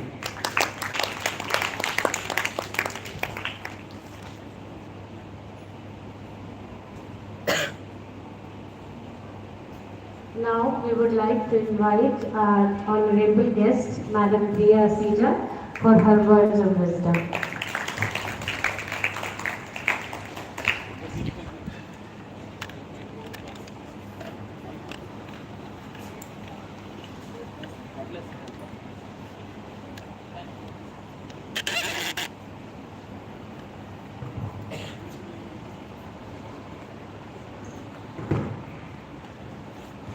Very good morning to all of you. नहीं मुझे आवाज नहीं है. Very good. चलिए first of all ma'am thank you so much. मैं आशा पाऊंगा ma'am का धन्यवाद करना चाहूँगी कि आपने मुझे यहाँ बुलाया और इतने अच्छे इवेंट का मैंने हिस्सा बनाया. All of you are very outstanding. मैं अभी सभी बच्चों को मैं ज़्यादा तो नहीं सुन पाई बट जैसे मैं आप लोगों को सुन रही हूँ, हमारे जो प्राइम मिनिस्टर यहाँ बैठे हैं, हमारी फाइनेंस मिनिस्टर यहाँ बैठी हैं एंड जो अभी जो बच्चों ने प्रेजेंटेशन दिया है, specially the guy Anush, you are the best. बहुत अच्छी बेटा, god bless you, best wishes, बहुत अच्छी तैयारी करो. मैं अभी हूँ, आप लोगों को भी मैं सुनूंगी तो अनुष को अगर मैं प्रेज कर रही हूँ तो आप डिमोटिवेट मत होइएगा क्योंकि मैंने अभी आपको सुना नहीं है. एंड G20 जैसे कि आपको सर ने जो डाटा दिया है, एक्चुअली में वालों sir hats off to you. आपने बहुत अच्छा इनको प्रेजेंटेशन बना के दिया है, स्पेशली दैट पार्ट जो वो इंट्रोडक्शन जो अपना दे रहे हैं. और मुझे मैम ने बताया कि बहुत ही मतलब शायद 2 या 3 दिन की प्रिपरेशन है ये.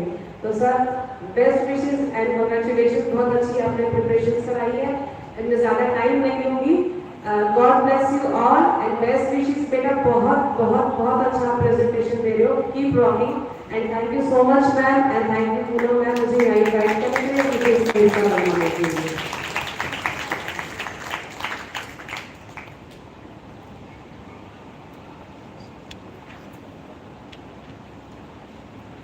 We would also love to hear from Madam Shashi.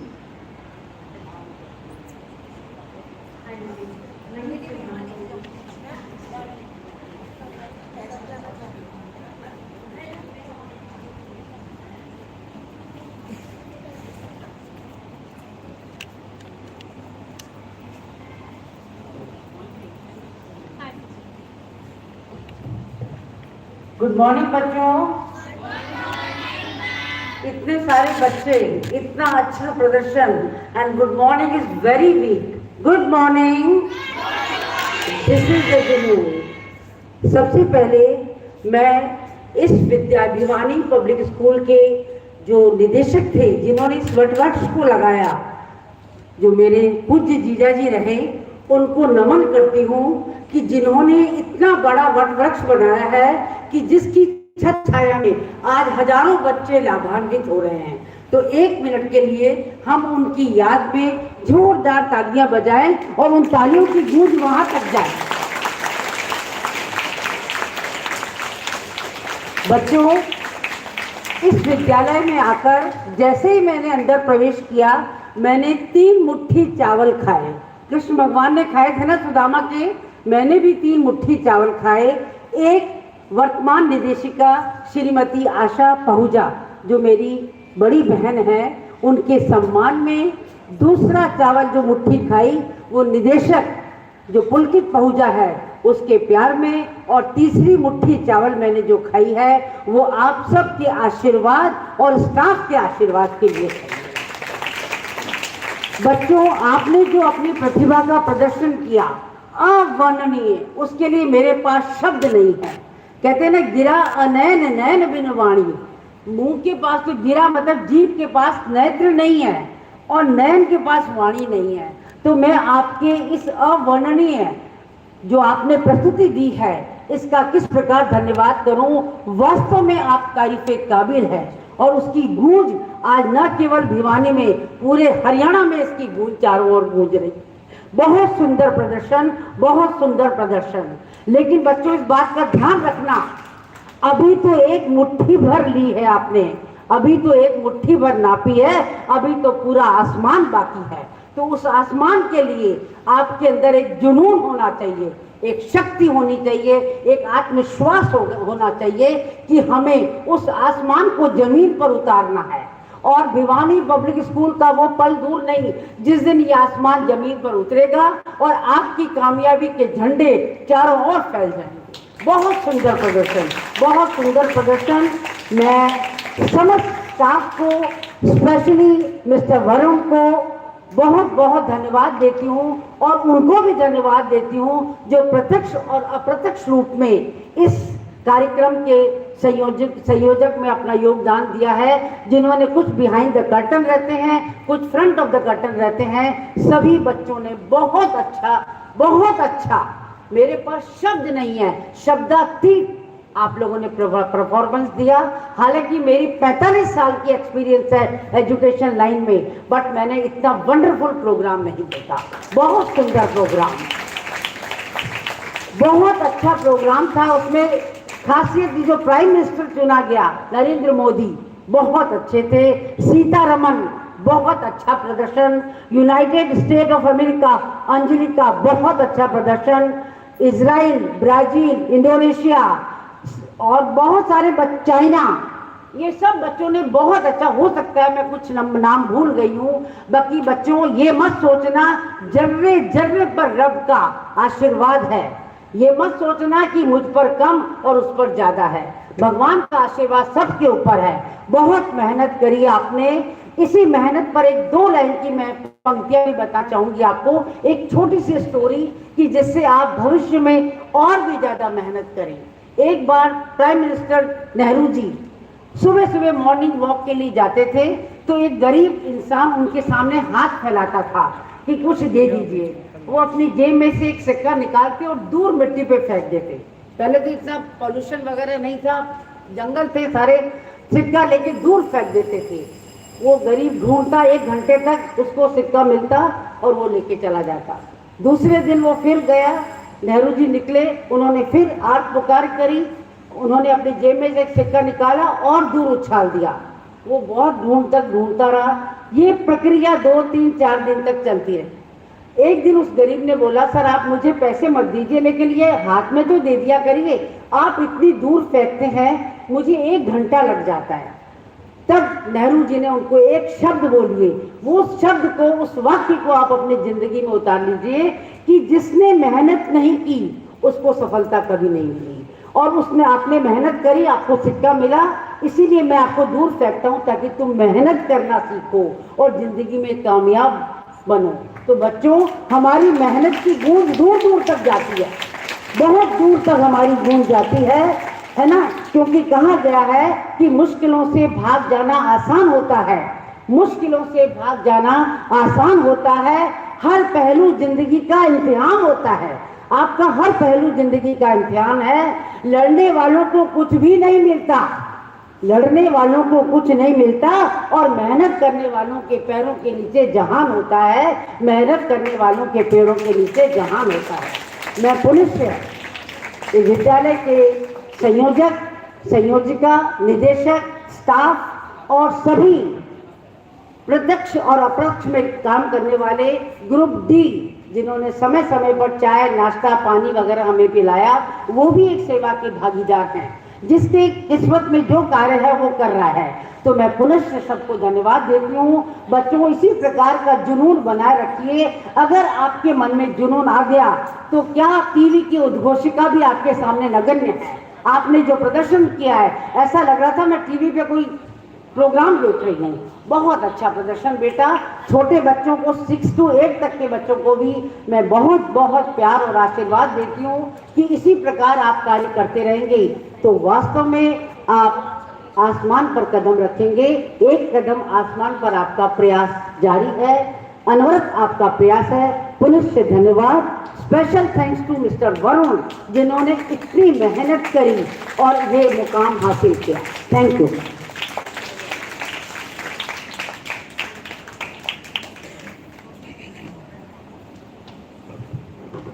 Thank you, ma'am, for your words of appreciation and guidance. We always love to hear from you.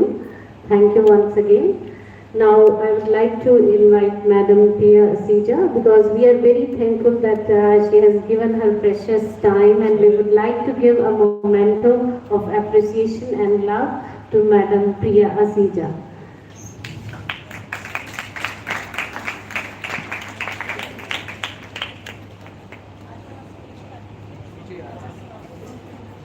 Memento हो जाए।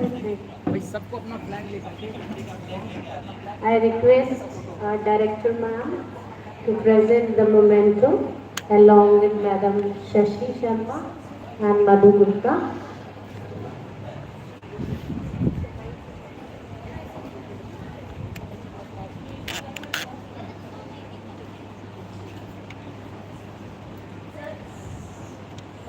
Principal sir is also requested to accompany.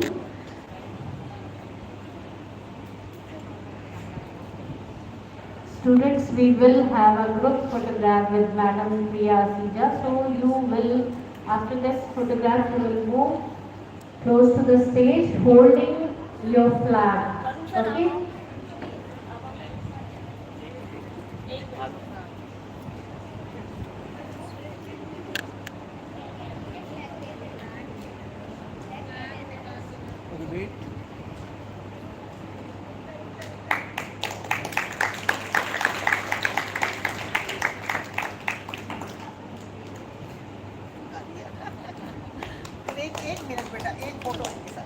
Yes, students. यहाँ से आ जाओ, अपना अपना flag लेकर आएंगे, अपने अपने flag. Take your flag. Prime minister है, होम मिनिस्टर, कब पास? इनका सर ये अपने नेम का ये भी ले लेंगे, फ्लैग ही बहुत है। ये बच्चा बुला रहा है। फ्लैग बहुत है।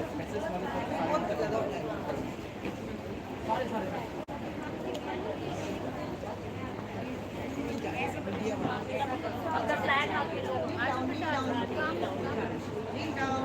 अपना फ्लैग किसी को भी नीचे नहीं रखना है, ऊपर हाथ में ऐसे always keep your flag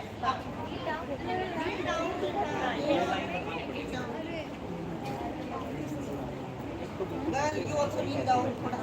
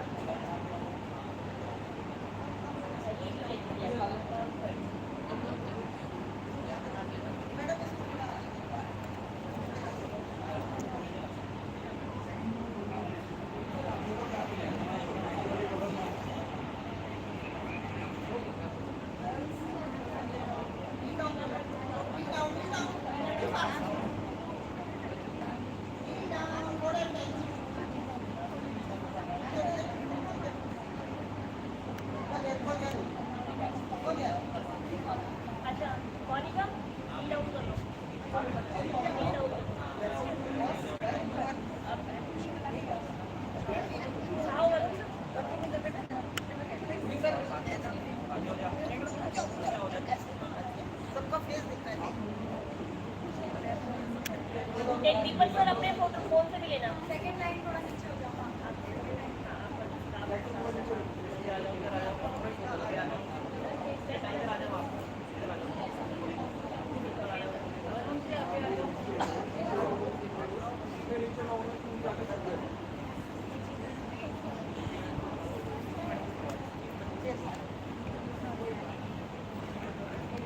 second row